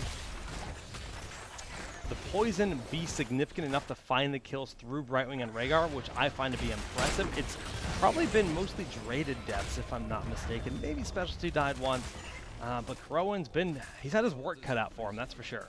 He's putting out the damage. It just hasn't been there, McIntyre, with the quick poke. But the bottom altar already spawned. I wonder if Heroes Hearth will make their way up. Stage dive available for ETC, but they're going to give it up. Huh. Interesting decisions made. They, both had double global, and the unwillingness for Heroes Hearth to fight there, it really felt like they were afraid to work. I mean, Tass stalled slightly, but Rhaegar had zero contention when it came down to the bottom altar. Everything about this game is so incredibly close and even. Middle tunnel now available, but slight core health lead. But everything else, Jake, has been super close. They're looking for the stage dive. It's not going to get the kill on Vala, but it will get them this bell tower at this rate. Force wall slowing down ignition, and they're on the retreat. Swabs Magoo with a beautiful flank to snap damage onto both Lucio and Tassadar. Goodbye. Body bloods. Poor God. Ishbu not able to get through there. And everything about this has been the Swabs Magoo Dahaka show for the last 2 games. And he just continues to come in on the back. I mean, the whole team was making plays, but without that Dahaka pickup, he was absent for most of the first day and a half. But crazy. Not today. Now we have the bell tower advantage. 2 altars on the map and a boss available. In the event, we saw another team fight go to imported support this game. It gets very dangerous for Heroes Hearth. I like the Sapper play. Keep the pressure on the bottom when there is no defensive bell tower. 6 Sappers en route, 2 bell towers, or 2 altars on the top of the map. Yeah, and it's a really weird position. If they can get over there to deny, good force wall will at least hold them at bay, not allowing the delay, because the Sappers, ETC alone, cannot clear up 2 waves. No. And the fact that that force wall went in there was a lot bigger deal than it looked, because if that had been delayed, they have to make a really tough decision. Instead, McIntyre makes a good play to keep his team very much in this. Ishbu and Arth deny the Sappers. The boss is now being considered. Now, both ETC and Falstad have finished in the bottom lane. They're not going to be able to reclaim the bell tower, but they do have the globals. Stage dive. Is it going to happen? They're too hesitant. The Emerald Wind is actually going to get the push. They get back on the point, but my goodness, the focus on ETC. Oh! Force wall steals the point. Kill for 4 damage. That was McIntyre's force walls for the last minute. Jeez. Have not only kept his team in the game, but it brought them almost even. As 15 to 12 is our core health, getting a bit more vision. The thing about it is, Jake, they take this bell tower, and it is a 5-to-1 count. Yeah, this is definitely momentum in their favor if they can grab this. Good force walls once again, putting on heavy pressure. Double Sandstorm, actually going to get a phase shield onto that, and they have held onto this while Falstead is working on the bottom bell tower. Top? Again.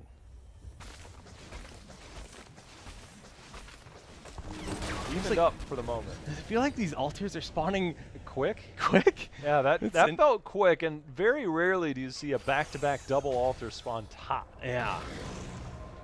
Well, stage dive just came off cooldown. It's 25 seconds on the Ancestral. If they're looking to be cheeky, they can go for specialty with that stage dive, but unwilling to risk it. They're just going to concede 4 damage for both teams. They're invading. 8 to 11. They're invading, and it's going to be sniffed out, but it's going to be too late, and that is such a big deal because now you're going to have double sapper camps forced to be respond to, but you also have a mid bell tower that's incredibly low, which allows you to make a play on 2 fronts potentially here if you're imported support. The tension, man. This game means so much for Heroes Hearth. They want to maintain that position in the upper bracket. They want to be straight into the Crucible tonight. Having to go into the lower bracket tomorrow for another shot. It's nice to have the option. Not ideal.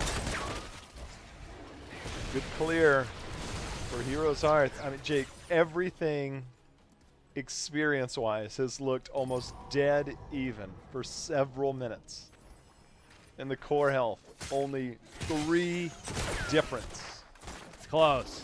But that 3 difference can make all the difference at the end of the day. We had an intense Towers of Doom game just last night that came down to just 3 damage. It's 3-3 at the end of that, which was a wild game. But we've got 20 quickly approaching for Heroes Hearth. Minions on the bell tower, which are going to be forced to be cleaned up. We'll hold this at least for the moment. You know, the fact that both teams have a near dead bell tower also makes this really tense, because you see they rushed 3 people down here to keep this safe. Falstad has been holding on to this. Mighty Gust, if it comes down to just pushing them away, it's 1 altar. I want to talk about what happened bottom. Is that instead of clearing those minions, it might have been more favorable not to. They wanted to get that minion push so they could try and put power onto that, but instead they send 20 directly over to their opponent. That's a good point, and having 20 is essential for this. Look at the lockdown with continuous wins, something you got to consider. Is a big threat here in this next fight. We do also have Forest's Wrath, and they need all the added utility. Swabzugu on the backside after the Blessed Shield. They have the lockdown, but Mighty Gust is going to be there. Swabzugu is going in again, eating all of that poison damage, but the adaptation is going to keep him alive, and the Emerald Wind has them split. Stage dive denied the altar for a bit, and Thornwood Vide going through, interrupting the Aware before it can be a problem. The Gust and the Force Walls have been clutched. There's the Storm Shield not hitting Ignition, and the Force Wall once again is exactly what they need. Crowan is putting out huge DPS at this moment, and I don't know if they're going to be able to get trade if the Ancestral will connect. The Ancestral connects. Ignition should have Indestructible. The cleanse is going to be there. He gets the heal at least for the moment. He gets knocked back by the face melt. The poison damage being poked out. McIntyre and team will be able to secure this altar. 5 damage as the bottom bell tower was destroyed, and Heroes Hearth take it up 8-6 right now. They go for the invade on the Sappers, and Mighty Gust is almost ready again. They can threaten 3 more damage with the utility of Force Wall and Gust, and if they get that, the boss would end the game or a single altar. This is it. Force Wall could just lock them in to death there. Johanna is going to need a good Iron Skin here. She's got to get him.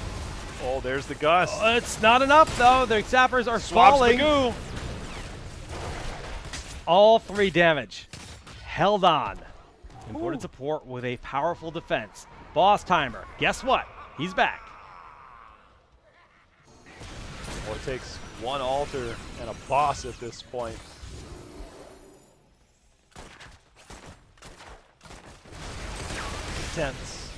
Tense moment. They're holding in the bottom. Could have potential solo bottom altar. Double altar in the bottom, mid, and very bottom. Could be there. It's the probability's high that one of them or both of them will be in the bottom hemisphere of this battleground, and by controlling that bell tower, gives you a tremendous advantage. Falstad has the portal in the center, and then Epic mount if he decides to engage on this fight. They're maintaining control of the bottom There it bell is. tower, and it is the single altar. It's not GG because they don't have the 5th bell tower on their side. Look at the way they're forcing them away. That's the thing, is that you only have 2 entry points, directly above or through that tight choke point that you're being locked out of. You also have the play on the boss if you want to give this up. The force wall is going to be there. Lucio and team already down there. Swabzamagu does have that enhanced agility, but Crowan and team just poking him back. These force Will we walls. see? He might try and These global bottom. force Dahaka's now uses global in the bottom. He's on Falstad. He's got the damage in there. Brightwing with the phase shift in. All of a sudden, this fight is broken out. Ignition zoning on the front line.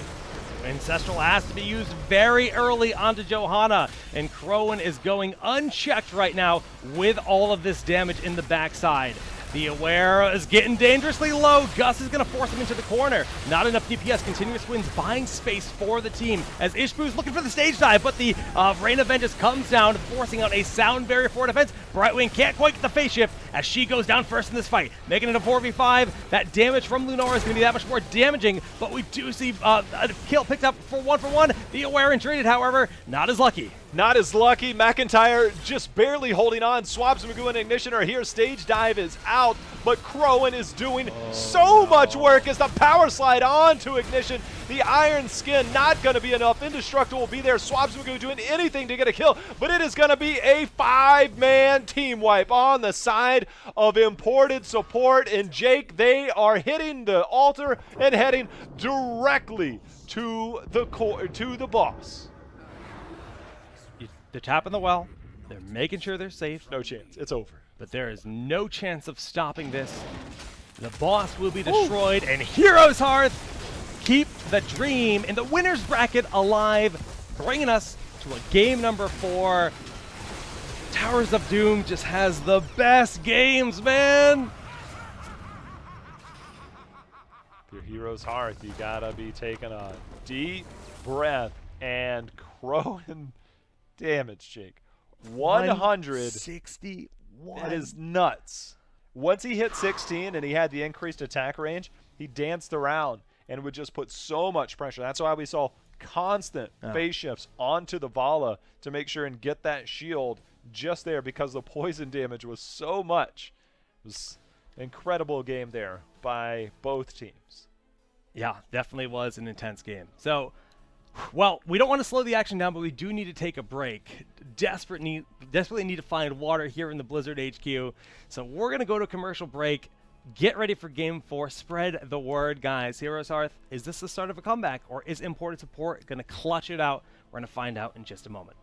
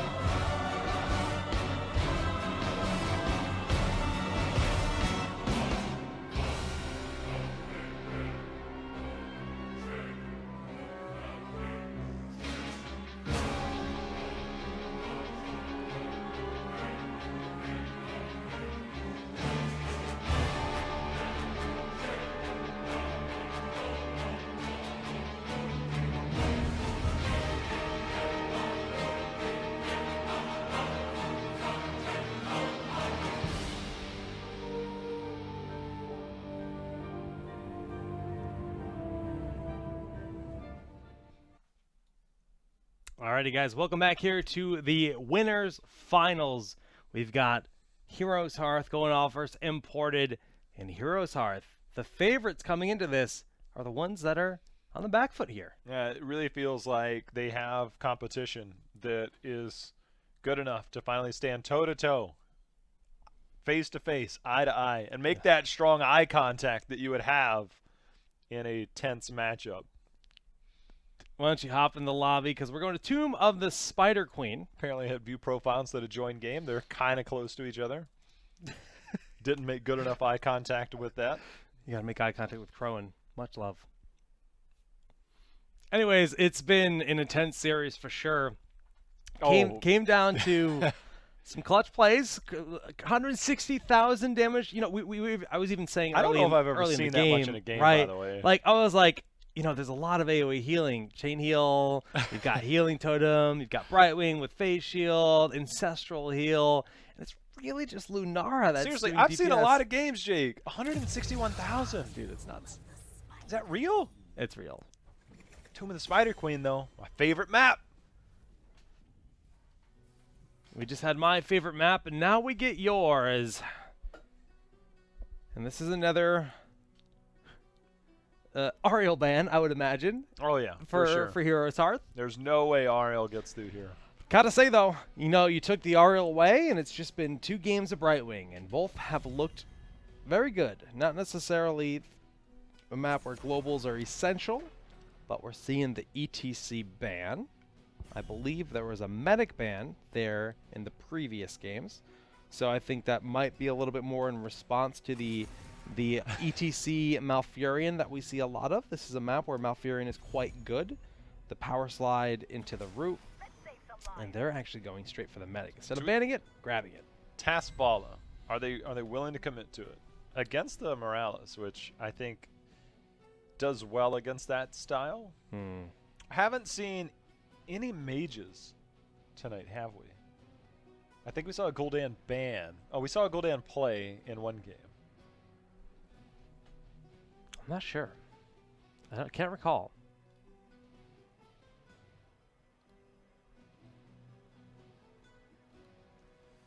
Spending a lot of time. I wouldn't be surprised if we see an early Greymane. They could just wait to go into the Lunar. Maybe we'll see an early task pickup, the same that they did last game.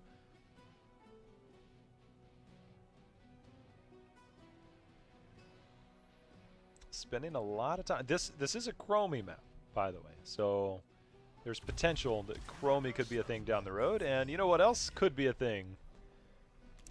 Diablo Medivh. Okay. Teams, one thing they love to do is hide strats. Hide them as long as you can. And Diablo definitely has a place in Heroes of the Storm.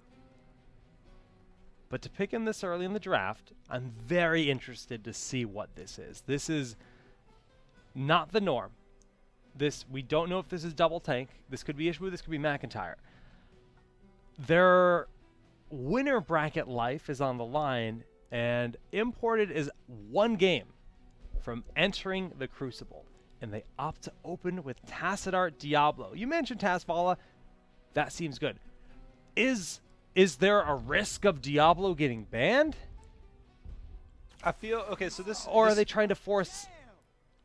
So here, I think the thing that I'm looking at here is that they didn't pick up, say, a Cassia or a Lunara or the Vala simply because they wanted to see if it's Morales with a weak secondary support. Lunara looks really good.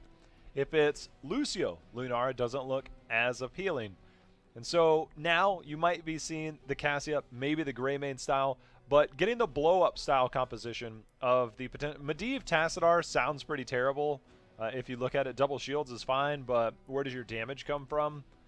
So we'll see how this fits in. You got to have something to combo off of. Seen a ton and ton of Johanna. They have been banning Zarya in the second ban, not Johanna. In yesterday's games, what did we see? We saw double support with Zarya and Johanna.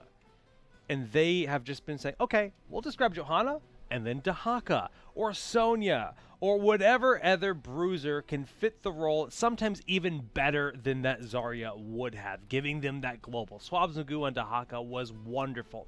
I like this response. After 2 games of dealing with the Johanna being this really difficult obstacle in the middle of the fight, sound barrier, indestructible level 20, like, you know, insane, take that away. Is it less likely to see Zarya now? I think so. Is it impossible to see Zarya? Probably not. I think Zarya would be a stretch for Tomb of the Spider Queen at this point. It's possible. Taking away some lane clear. Forcing them, and again I say force loosely. Greymane, Cassia, Lunara. So we gotta wonder, this is a map where Kel'Thas is alright. Yeah. He does provide a nice stun. You've got Diablo. What does Diablo do? He sets people up, flips them around, provides good CC. Maybe that's in the realm of possibilities here. So APOC into Pirate Blast. Please no. Yeah, I mean, generally you try and find something to combo with the APOC. Medivh doesn't seem likely, strictly because they'd be going a TAS Medivh comp, which I think would struggle heavily. Zeratul, not as prominent on this battleground. With Lucio Morales, you have the safeguard there. Tracer, not super appealing. Yeah. For the play here. So they opt for the Greymane Malfurion. Mactas, Ishbu, Diablo. Greymane for Crowan. BBJ on the Malfurion. Where does Arthalon stand? Could be a Chromie game. I want to see his Chromie, J-How.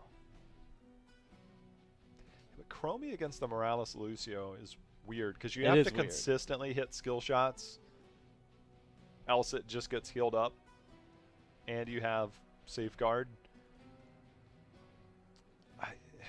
You talked about double bruiser. I'm almost wondering if we might see a Stitches. Now I feel like this is probably potentially going to be Sonya or Dahaka for Swabs, but taking Johanna off the board. ETC is not there. Who's your next best control style warrior? They end up going Leoric. That'll be the Swabs hero most likely. So they go Muradin.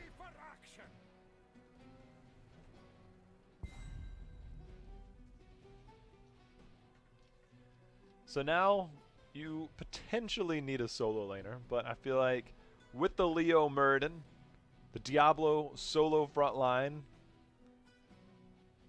I don't know. Greymane as your main consistent range damage dealer with a Tassadar, this is probably one of the more forgiving battlegrounds to that style.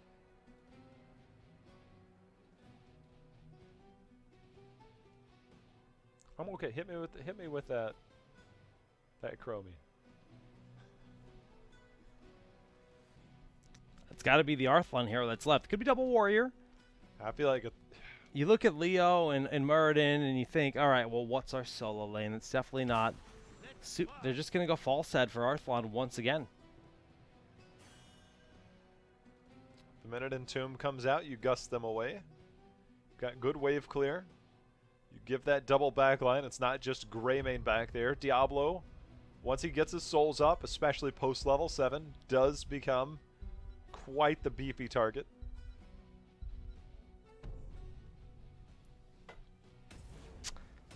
Man, double warrior, double support, lone Vala.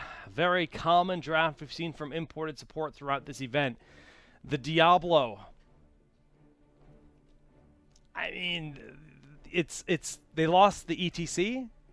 This is a team that does like to have that early game where you power slide into roots, power slide into roots. They go for the Malfurion to kind of keep that same vibe for Ishbu and BBJ as they rotate the 4-1 split with Falstad sitting in the solo lane. But we'll have to see how it works out. The first Diablo of the tournament, J.L.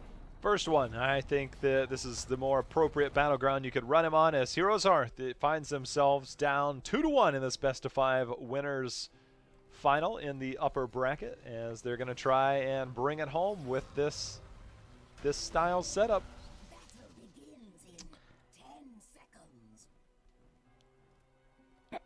Thank God Arth London picked you up his skin. Do or die time. Imported support are 1 game away from the Crucible and a spot in the grand finals of this event. The other team will fall. I'd like to point out the lower specialty is not on Vala this game. Huh. That is interesting. Rated. The one thing that Muradin can do is simply walk to the other side of the lane and the channels going north and south and be that bully. It's like, I'm going to make sure you're not coming through here.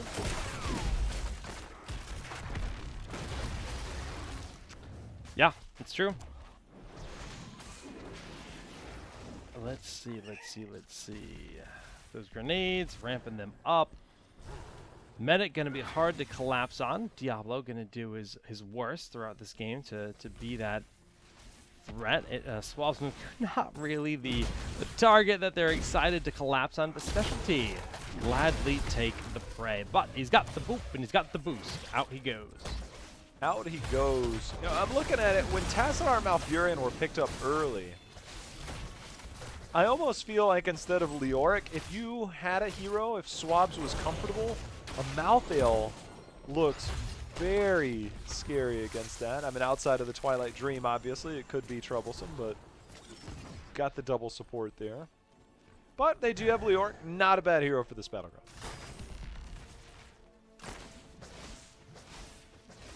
Yeah, he's gonna do nicely here versus the Arthlon of the Falstad. Not gonna get too much self-sustain, but he does have solid AoE at least. Just gonna be really hard to lock him down. Specialty, gonna boop him in, make the opportunity there. Looks like Arth gonna be happy to trade some decent damage. Does have the well available. Wouldn't be surprised if he just taps it now. That's the thing. Range heroes will win in the solo lane against the likes of a Dahaka and a Leoric. So you're going to have to occasionally lend that support like we just saw. It was well done, though, from Specialty. But it leaves him a little bit vulnerable at the top. The root's not quite catching as Diablo and Malfurion didn't get the play they wanted. Level 4 for both teams and everything pretty standard across the board. And we do have a slight variation as we're going to have Wolfheart at 1 and Eyes in the Dark to make sure that if you do get in, that when you get out, you can get out a little bit safer. So opting to go that. I don't know if we'll see the Wizened Duelist style. Against the wall. There are no roots here. They still are going to get the kill. Nice positioning there from Crowan to make it a much tighter space for Lucio's movement and staying on the target. Stormbolt whiffs. Ignition does have the Dwarf Toss, not at any threat. Again, Malfurion is in the top lane, dealing with Draded to the best of BBJ's ability right now. 9 to 11 turned in, 10 gem advantage overall when it comes to the side of Heroes. Hearth just from the few kills, or the 1 kill that we did see earlier. You know, oftentimes when you go into the perfect storm build for Muradin, trying to stack that Q, he's a bit more aggressive with his positioning early. Instead, we're 3 minutes in, Jake. 3 stacks total on that. Yeah. Interesting. See how... also interesting. Puncturing plus Hot Pursuit. A little bit of hybrid build. Don't see as much of that anymore. I've seen a lot of teams just prioritize the... I feel like the Hungry Arrow build has been on the rise in general. But Medic was healing. Will get flipped into the roots. Good sustain there, however, from Lucio. And of course, that safeguard. See how the defense holds up. Ignition coming on that backside. Grenades are going to thwart them back, but the anti-siege potential of a solo Vala is going to be difficult in these situations. And I feel like they're going to be lacking a lot of wave clear. They're gonna pressure around the side. Thought they might be thinking about going down mid to give that Web Weaver some more value, but they can just continue escorting this top one. It's being focused down slowly but surely, but so is the fort. Mid fort being defended by Muradin. Not looking too hot either because he, again, doesn't have the clear. He even rotated up during that last fight. Threw out a Stormbolt, hit a minion, resigned to them struggling to defend the mid lane. Looks like or it will trickle, slowly die from the flames of Diablo in the Psystorm with Nasadar. This is where that Johanna band just looks brilliant. Ishbu. Oh! Stormbolt is going to be enough to lock him in. Not the worst death. Swab's Magoo's going to be traded out. The worst part is the gems were picked up in the middle. They will not be there. I don't think Specialty is going to make it in time. But they lost 2 forts on the first Webweaver push. They drafted little 2.5 to no Yeah. wave clear. Even Vala opting for the single target burst against the Malfurion isn't bad. All right, Malfurion is in a tough spot here. The boop and the last hit coming in from Vala, so they get the kill on BBJ. Helps things out. 10 is dangerously close, J-How. I'm just really scared long term when it comes to the Webweaver phases. The same thing that we just saw with the big push. They're going to get the turn in, but they're going to be doing it into 10. This is just to gain some control, at least momentarily, but their wave clear is abysmal. Not going multi-shot build for Vala. That's weird. Yeah. It's focused on team fighting, but you cannot ignore the objective on this one. No, definitely not. And especially when you're already losing ground on the structure count, basically 3 forts down at 763 HP remain on their last fort.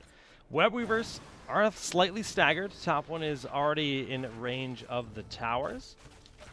As you see them cleaning up mid, thinking about bottom.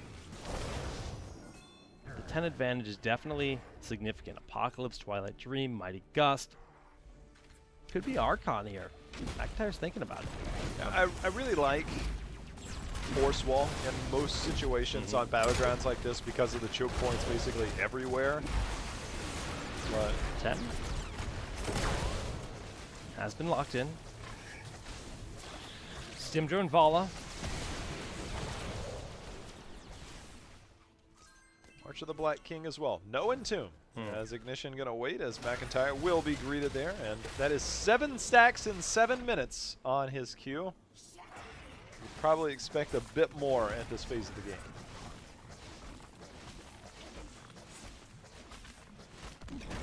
I would agree. It's definitely lower than you'd think, and you know we've seen a few of them hit minions and just miss in general.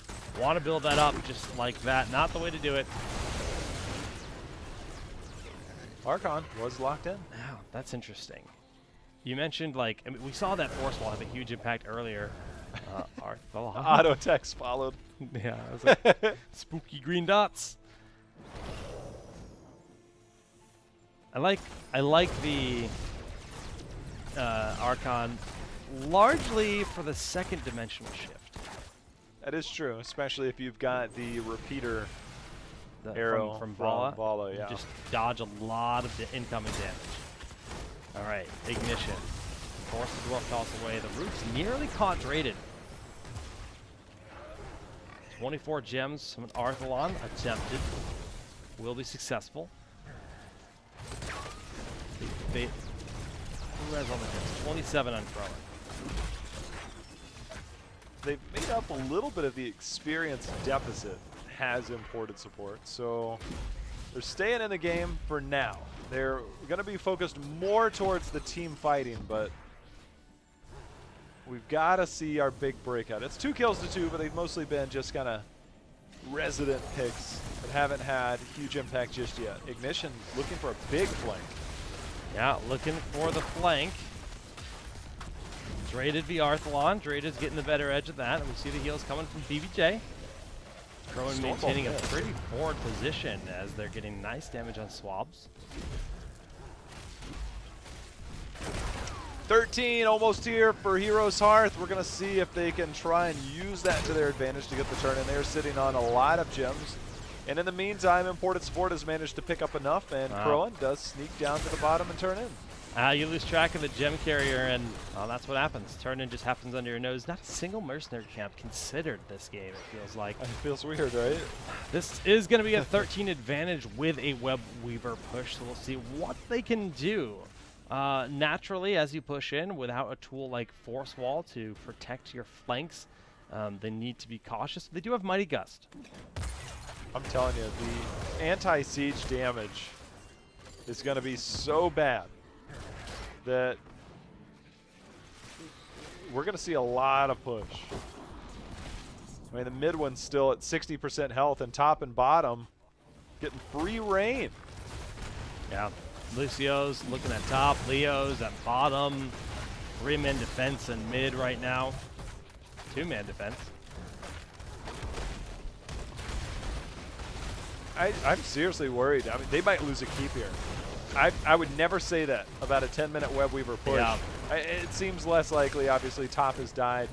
Mid taking keep wall 10 minutes in on the second Two push. keep walls at the 10-minute marker on a map like this. They were a level behind. Now they found themselves 2 levels behind. Yeah. Their window of opportunity is now. 13 has been picked up. They can look to fight as they please. I like the pickup here on Gloom to help deal with some of the burst damage, but Ishbu's got the feels. How long can he live, though, as he is completely surrounded? Archon popped in the backside. The fly is coming on in. An Apocalypse goes down. Gust was not cast. They are able to keep Ishbu living. Good roots, slowing this fight down. Archon has expired, and there is the dimensional shift. Grenade not going to be able to lock them in. It's going to be a retreat for Hero. Fight just feels a lot different. Swab Jingu going to turn in while he can in that brief moment. Yo, the zone there. Draded staying a while, but does manage to get his gems turned in. The well's being tapped here for Heroes Hearth. Draded's out of mana. And, you know, you can fling those Hungering Arrows all day. But guess what? You have mana for 1 now. It's trickling back in. But it severely, you know, dampens their potential for killing. They're going to drop back and clear up the lane so that when and if they do get that turn in, it will have far more value. So we can see Heroes Hearth not terribly far away from a potential another turn in as McIntyre clearing up the top lane. And finally, Jake, our first mercenary camp of the game. It only took 12 minutes. Normally these are prioritized early and often by teams. Yep. Look at that XP. 324. Nice. Easy mode. Shoutouts to Ollie, who made this OB interface that we use here at Arcane 8. Definitely cool to have those kind of resources. 15 from Ignition. Stalled out, only 12 are needed. Rowan taking a lot of damage, forced to use all the sustain, and there's the stim drone looking to bring the fight back. Sound barrier and the grenade gonna be enough to keep Ishbu out. He drops the Apocalypse, but he does go down. He's got the souls to Arthalon. He's committed. He gets it over into the Twilight Dream as multiple members get hit, and Lucio is the first to fall. Vala's gonna be the second. Will there be more? Unbelievable Gust into Twilight follow-up, and the Aware will be the third one to go down here on the side of imported support. What looked like a wonderful kill on Diablo turns into a tragedy for them as they can look for the boss and the turn-in with the Web Weavers to really bring the pressure on. Well, we saw some questionable flight, Gus, in our earlier games. Redemption. Redemption has been had, as that was a wonderful setup. 2-level lead here for Heroes Hearth. And as you said, the boss here in just a moment, coupled with a turn-in, starting to look grim for imported support. It is, and the last 4 will go in. The boss being stalled out as long as they can safely do it. You see all the eyes are on, making sure that Dibbles will not be threatened. And it's going to be a 16 advantage boss Web Weaver March with 2 keep walls already down and 1 that is going to be under heavy siege.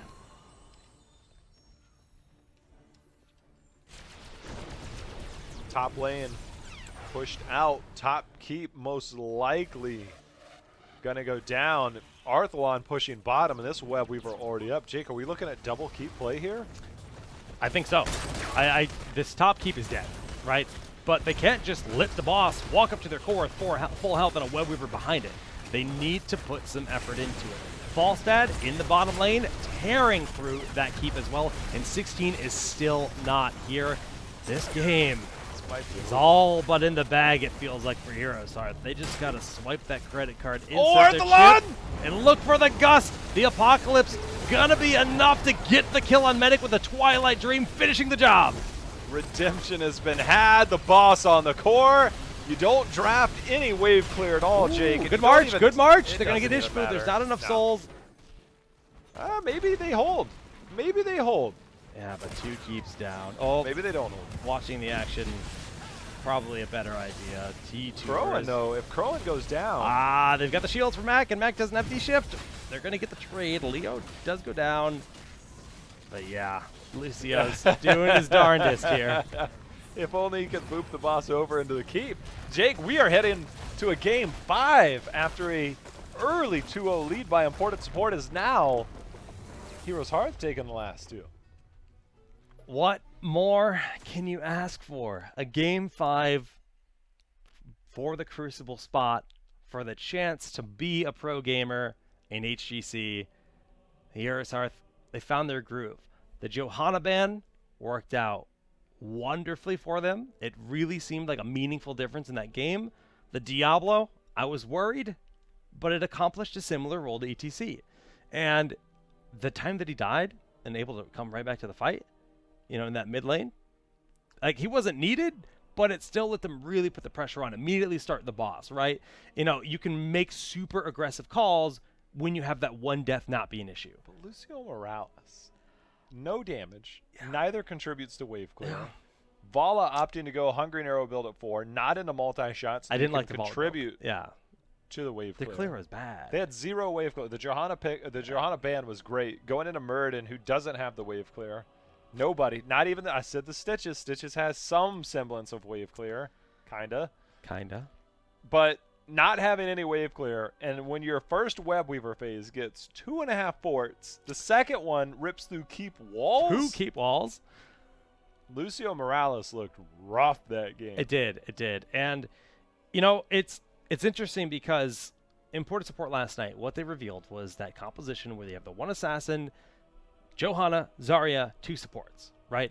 And we've seen the Zarya ban wasn't working out for them because within the Johanna ban made that style feel so much less indestructible. Medic was dying.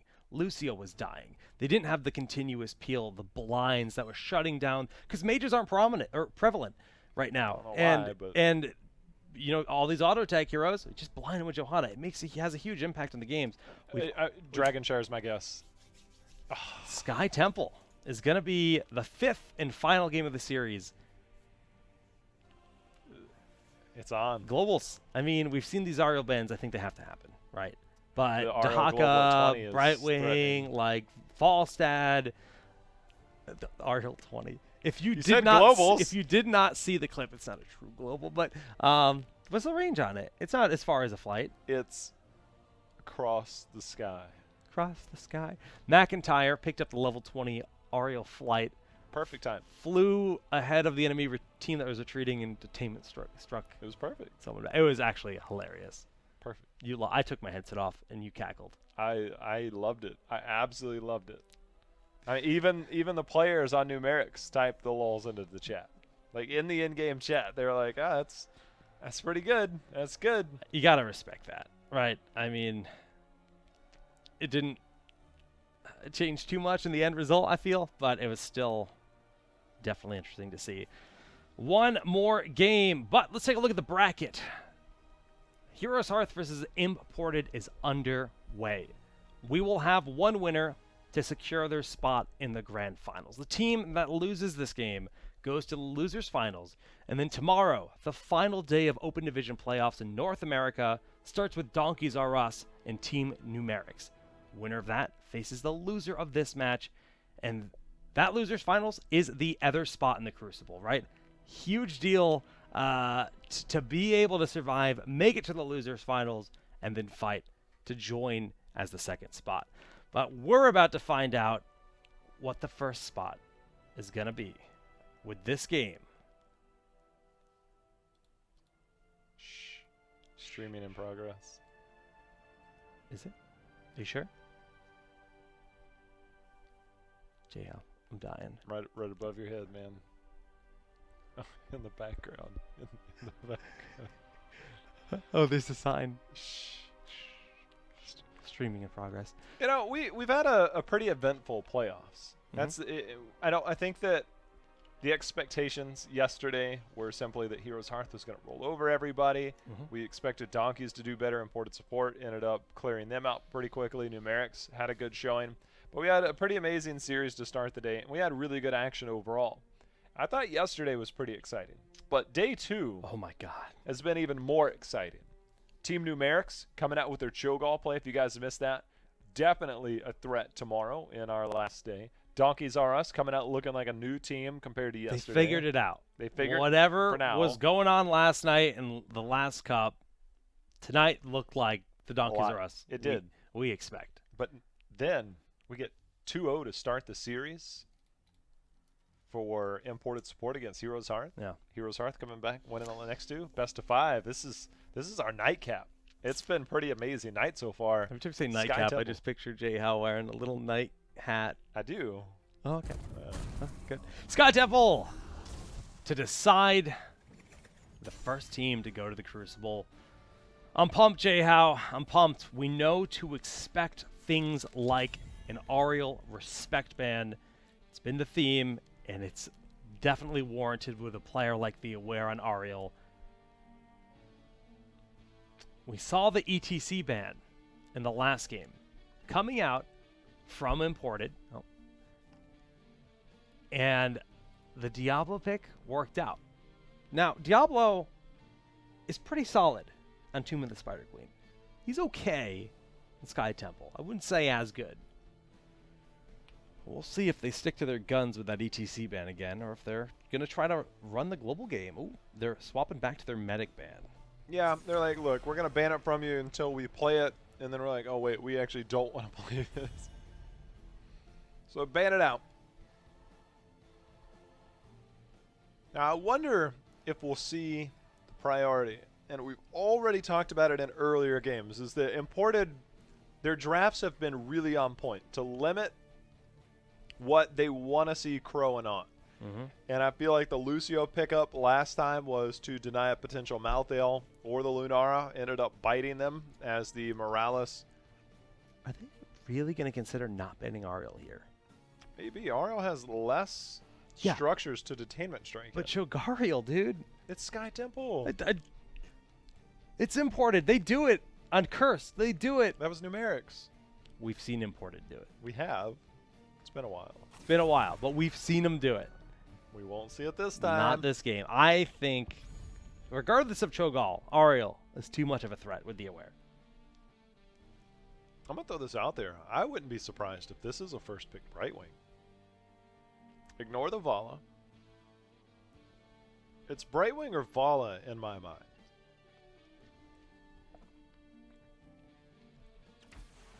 Yeah, they do it. I mean, what did I say last night? The rise of Brightwing. It's here. It's fight time. It's fight time. Fight time. If you have the BW Silly from the HGC channel, spam it now. Now, here's something for Heroes Hearth to consider. Now, TAS Vala is a thing that we have not seen from Heroes Hearth in a while because either Tassadar hasn't been available, the situation's not optimal, or Vala has been picked up by Imported Support. And I talked about the TAS Tracer. And one thing that Brightwing does is to make Tracer almost impossible to feel comfortable going into because of the point-and-click stun with the polymorph. Or stun, poly, same. But it's forced Heroes Hearth to go in different directions. We've seen Falstad the last few games, and Falstad has been winning. We finally see the Vala Tassadar. Finally.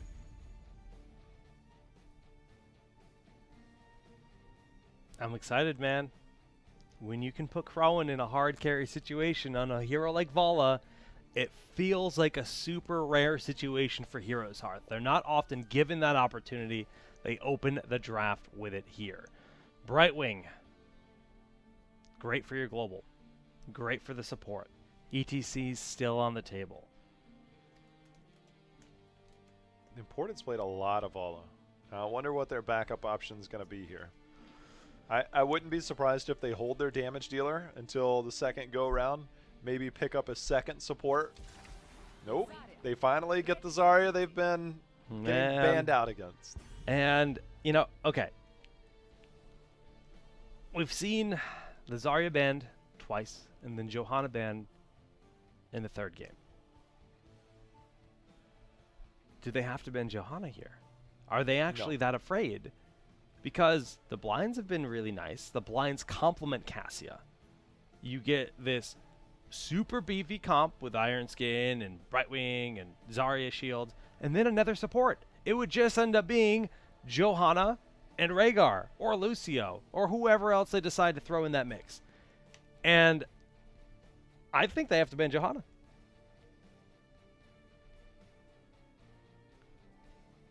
I'm thinking about Warrior as opposed to counter Warrior picks that Heroes Hearth will go.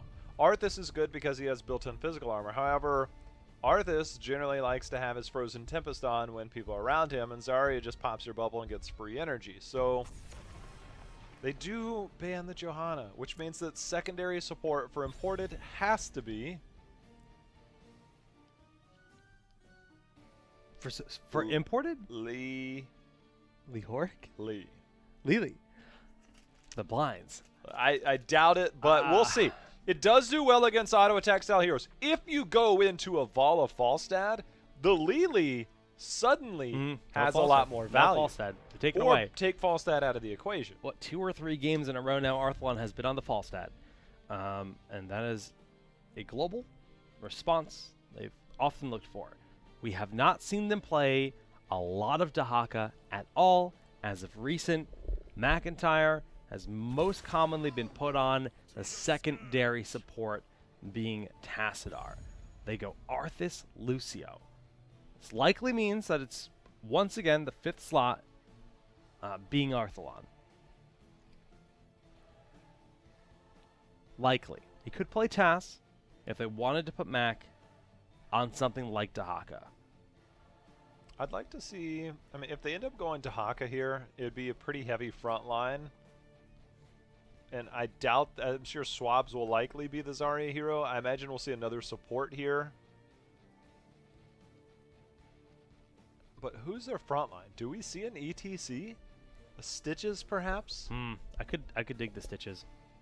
It's If a good they map. if they play Tyrael, I would love to see a Tyrael pickup here. But there's a part of me that I want to see a Lily here. Time is up. The final draft is Tyrael and Rhaegar. I'm a big fan of the Tyrael pickup. Big fan of the Tyrael pickup. We saw Tyrael bans against them yesterday because they're the only team in Open Division that will bust it out. And let's look at late game. Well, Expulsion Zone, Holy Ground, Emerald Wind. The amount of control they have with, you know, Sanctification and Ancestral Heal, like it's up there. And that's the style that they dominated with last night. Super, super sustained. You took away their Johanna, so they can't do it with the Cassia Zarya that they did last night. They adapted. Tyrael. Still very deadly. There's no global on the side of Heroes Hearth. You talked about McIntyre and Dahaka. He's been playing the Tassadar. We know they've got flexible hero pools, but have we seen anybody other than McIntyre on Tassadar in the past? I'm trying to think. No, I mean, Arthlon plays Taz, for sure. And he tends to play an Archon style, but it's going to be Arthlon and Chromie. Not what I was expecting. I've been asking for it throughout this season. Arthlon has probably been the most flexible player in all of HGC Open Division, with a wide hero pool. I don't have the stats, but I find that his Chromie is his deadliest hero. When he's on point, he really, really makes the fight a problem. And I'm loving the potential for slowing sands here. It's not going to be a temporal loop game. Shouldn't be. I hope not. I shouldn't be. I mean, you'll have at least one cleanse. You've got spell armor from Brightwing, built-in spell armor for Tyrael, and a shield from Zarya, so seems unlikely. That is actually a big thing to point out, the Zarya. And the fact that Zarya benefits with her energy, her max power, primarily through burst damage. You absorb a Chromie combo, you're feeling great. They're feeling the heat. Will we feel the heat from Zarya is the question. It's a solo front line of, and we still see it, which will really move into the structure damage if needed. Charge strikes picked up by Cassia. Feel the heat. Rhaegar waiting to see. Will it be the lightning bond? Thinking about it.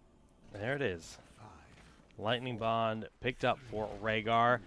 Do or die time, ladies and gentlemen. This is game number 5. And again, the winner of this game here on Sky Temple qualifies for the Crucible. The tournament's not over for them as the grand finals still await to decide the number 1 seed from this event, which is a big advantage going towards the Crucible. And I wouldn't be shocked if we saw a very safe early game. Yeah, generally when you see these styles, it leads to a lot of the 3-man of Zarya support and whatever auto attack damage dealer it is. Specialty, you don't generally see the big siege damage from Cassia that you would from a Vala style, but they'll definitely try and get as much value as they can out of this composition. So those Zarya bubbles, keeping her energy high. But every time Arthlon can hit those combos, it's going to help her work towards those 60 combo hits, up to 7 already. Definitely a solid start here for Arthlon. So it's, it's definitely okay once in a while to hit those shields if you're getting good progress on your quest. And that's something that has to be considered on the side of imported support. It's already up to 8. That feels very quick. Yeah, right there is something that if you're playing Chromie, it feels good to do damage, but you're not locking down kills early in the game. No. It's very good to use that Dragon's Breath onto the minions. Get that wave clear so that they don't just push your lane in. Yeah. You don't have to put the burden on the Vala to clear that up. Use it on that. Try and hit your Qs on the minions, of course the heroes. Cassia damage, dude. Cassia damage. Charge strikes is real. Oh, Draded taking a big burst of damage. Specialty on the retreat. Has the shield. Doesn't quite end up connecting. Top lane is Tass Arthas controlling that shrine as Tyrael's just maintaining the soak. And Brightwing, free reign in the bottom.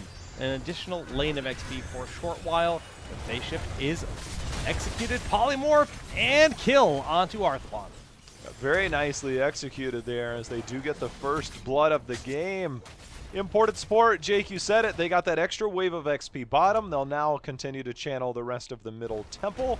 That gives them a slight experience advantage, which looks insignificant, but in the grand scheme of things could pay dividends as the race for 10 gets there, but really good overall control by imported. Yeah, I like the Brightwing flank there. The polymorph makes the difference for that kill. And they put the pressure on. Rhaegar already working on the camps, making quick work of these giants. Chromie's at 14 on that Q. Not shabby. Chromie going for the cooldown reduction / less damage on her W with Mobius Loop picked up at level 5. You're talking about the less burst but more wave clear for your team. That's going to be the intent with that talent at level 7, but another kill onto Arthlon has Cassia damage. Just too much. Specialty has no problem pressing E. So that Finn goes in, and every time it's been money as Chromie has had very tough retreat points, and this siege camp value now, Yeah, Jake. that's big.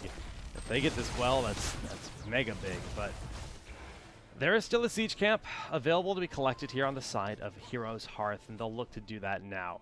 Arthas making his way up to the top lane, but we're not too far away from our next shrine phase in the bottom lane. And I don't know what the siege camp's going to get done. Probably not nearly as much. Level lead in tow. These Chromie kills. Going with the bigger auto attack at high energy for Zarya. We'll see how that pays off. Zarya, of course, is going to try and get in there. I talked about the Arthas, his aura, his AoE aura will be good. And, you know, I also talked about the global, about how there's no global on the side of Heroes Hearth. Both teams are prioritizing their night camps now. Brightwing, of course, will be on the top. We'll see how quickly she comes down and if she can manage to defend and maybe get a bit more value for that push to 10. Time trap slowing sands will open up the opportunity to hit Swabs Magoo and slow them down. The one thing about it is that predicting that, speed barrier was picked up to give that extra movement speed on Zarya's level 4 talent, so probably assuming that slowing sands would be the pickup of choice. With slowing sands, it's enough of an advantage to keep them honest and away from this point, but Brightwing is, of course, still in the top lane getting soaked. So although they are losing out in the Shrine, they're still ahead overall structurally in that additional XP, getting them closer and closer to level 10. Level 10 being half level away does actually end up encouraging Heroes Hearth to leave the point. Good cleanse being cast. And look for the engage. Move away, slowing Cassia down. Brightwing managed to clear up that top lane. It's allowing them to push in. Crone, of course, going in, has that repeating arrow there on the Q. All the spell armor seems to be helping. The shields seem to be helping. Level 10 not quite here. PBJ wants to steal a few shots, and those few shots might get him the tower. The tower, definitely great to help close the gap to level 10, but it's still far away in inches. There it is for imported support. Everything being instantly locked in. And full disengage. Full disengage. So not enough shots left to finish off the bottom for it. Night camp that you mentioned, getting the entire wall here after the push. Yeah, it's been scouted, but there's still no level 10. Things like Expulsion Zone, Emerald Wind, Sanctification, I don't think you can do anything about it. Yeah, they see Arthas top. The best you can do is just kind of poke here. Maybe hope for a kill. Draded got really low at one point, but had safe positioning in the back. Level 10 now been picked up here by Heroes Hearth. The boss should help finish the fort at the bottom. Army of the Dead, Sound Barrier, Slowing Sands that we knew about. Gonna give them a good bit of their own control in these fights to deal with it. It is gonna be Archon to bring some more DPS into the battles. Ball is still thinking about it. Not a lot of interrupts for Strafe for Intervengeance ends up being the option regardless.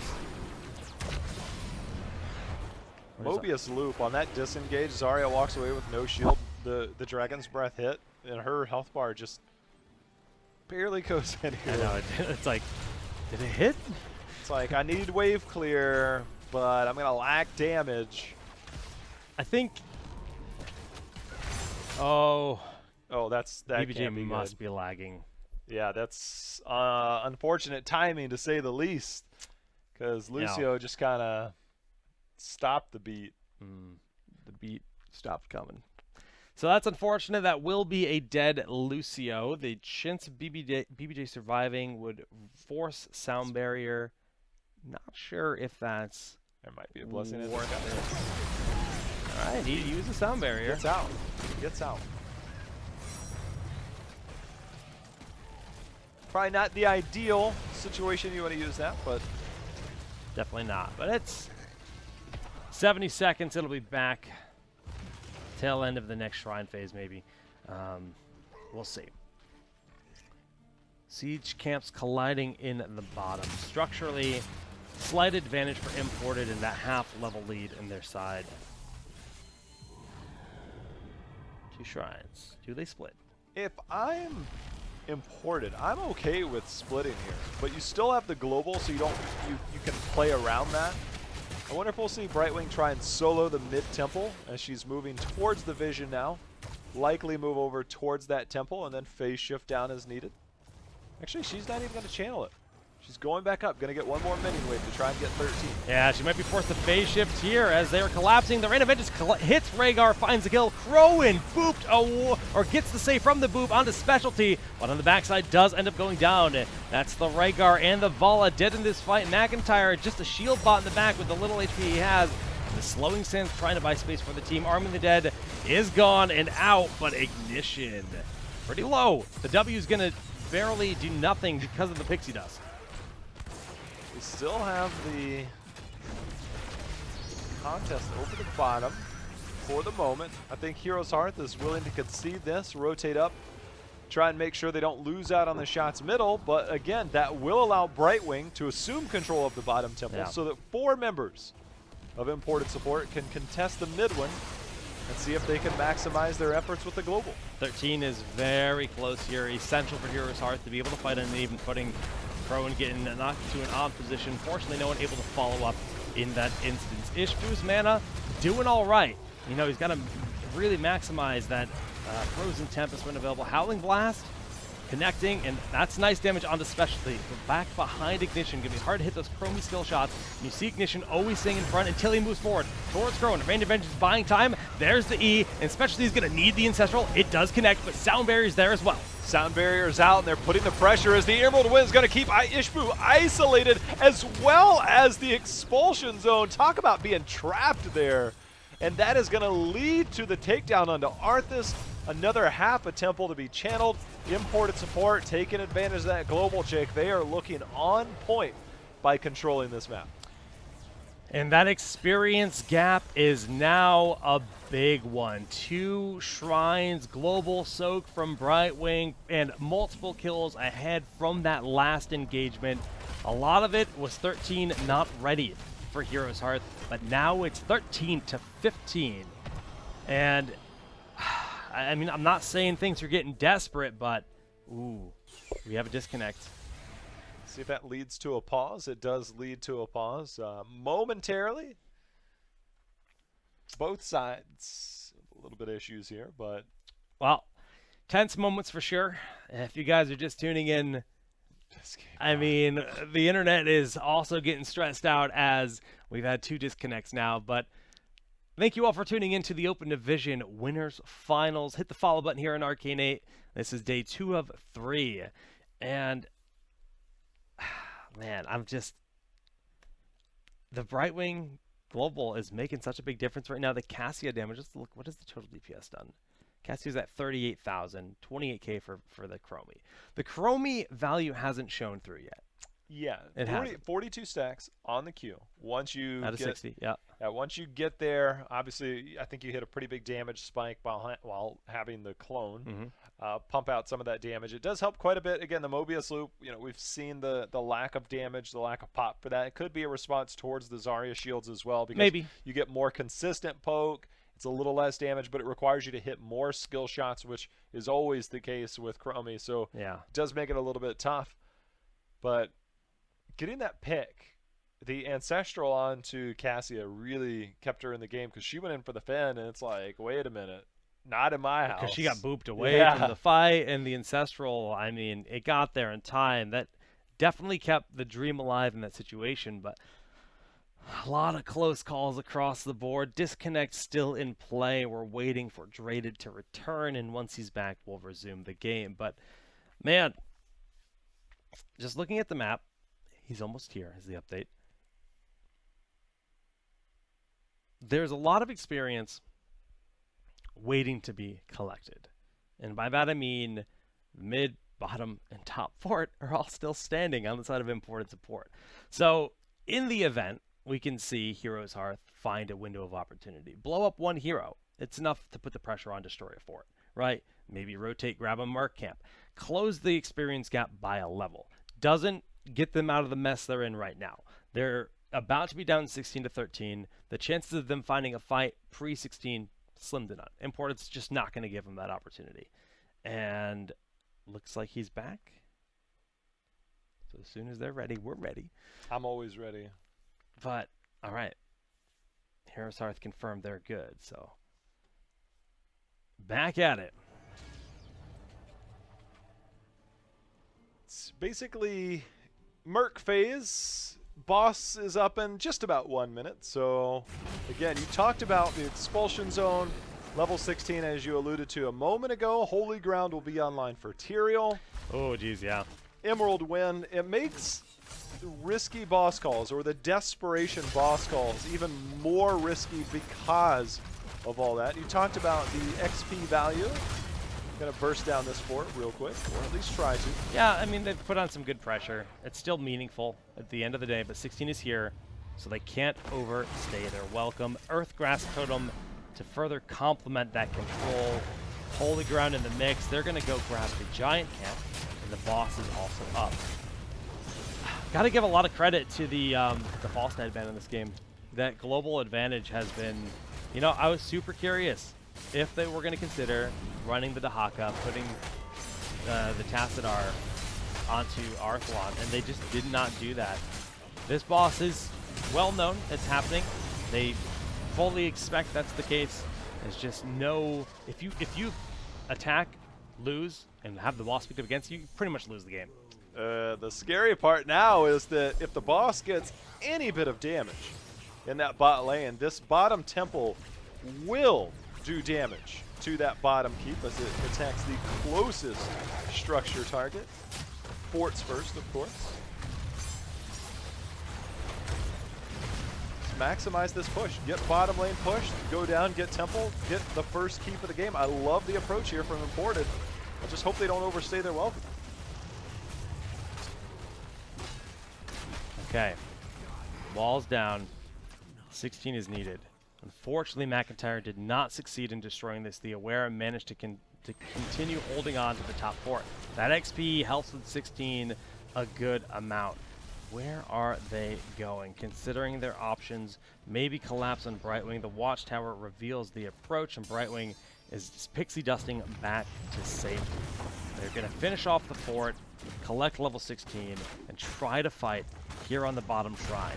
But more than half that ammunition will have been gone to the side of Imported support, and this keep is really running out of time. Yeah, Heroes Hearth is making their way down. Tyrael actually, when they saw all the members mid, Tyrael actually went over to make sure, just in case, to go help that. Oh, they are one shot away from that keep. One shot away. The phase shift comes in. Emerald Wind attempted, but actually interrupted. Brightwing has a 6-second cooldown before that is back up. Ishbu has maintained a spot on this point to keep the keep alive as long as possible.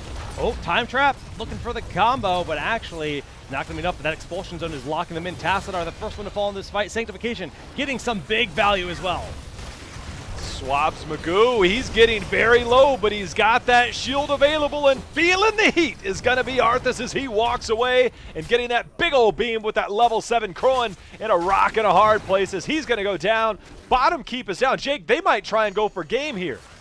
With the phase shift coming in here, big heals on the specialty Giants as well. I think that might be it. 20 seconds before the majority of the team is back in action, and those shields are going to go down so quickly. The minions right on cue as they march on in. GG has been called from McIntyre. They can try to defend. He can throw out that shield, but I don't think it's going to matter. Imported support take the first spot in the Crucible. I think when this started, nobody would expect us to be in this situation. Heroes Hearth not out of it, but they did not have the performance tonight that I think a lot of people expected. No. Imported support, 3-2 in this best of 5 in the winners bracket finals.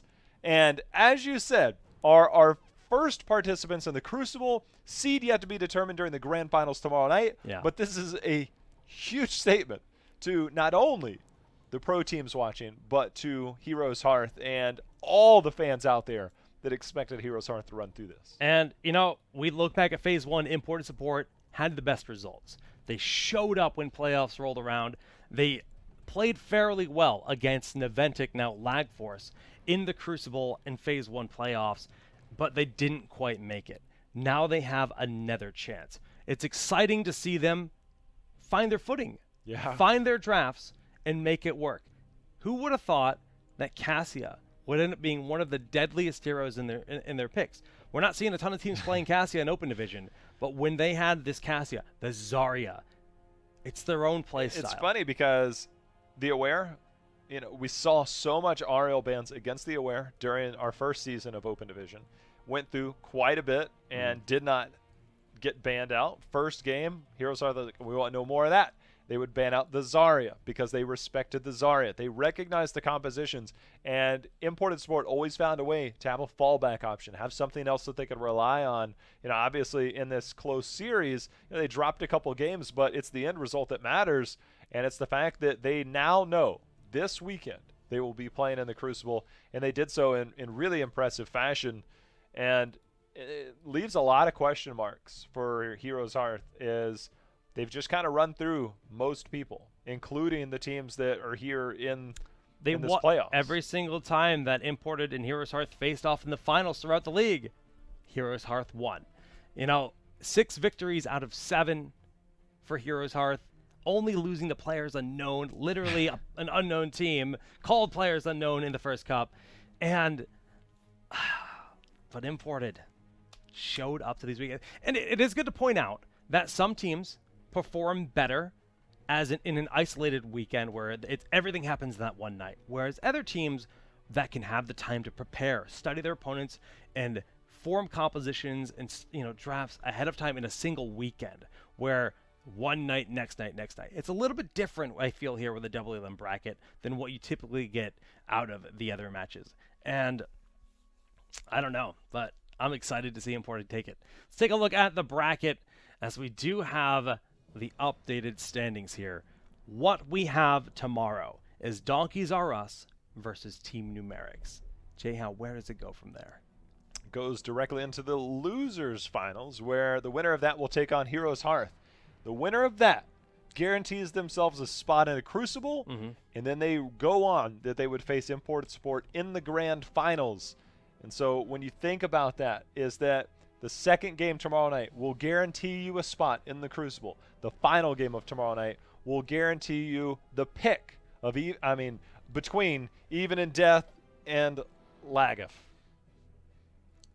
And let me tell you, a lot of people are starting to respect Lagif more than they did halfway through this season. So that's definitely a meaningful advantage to have going into the Crucible. The Crucible is this weekend. So all of HGC Open Division playoffs concludes tomorrow. EU was last week. NA ends tomorrow. Saturday is Crucible for NA and EU, and Sunday. Yeah. Good stuff, man. It's a good week And for Heroes BlizzCon here. is around the corner as well. Hey, don't say 3 weeks, I believe. 4 weeks. For 4 opening weeks. week? Opening week. Opening 3 week weeks. is 3 weeks, yeah. I'm on Heroes schedule. Heroes. BlizzCon, please. Yeah. Wait a minute. I didn't mean that. Heroes all the way. Opening week and BlizzCon. Shoutouts, Jayhow.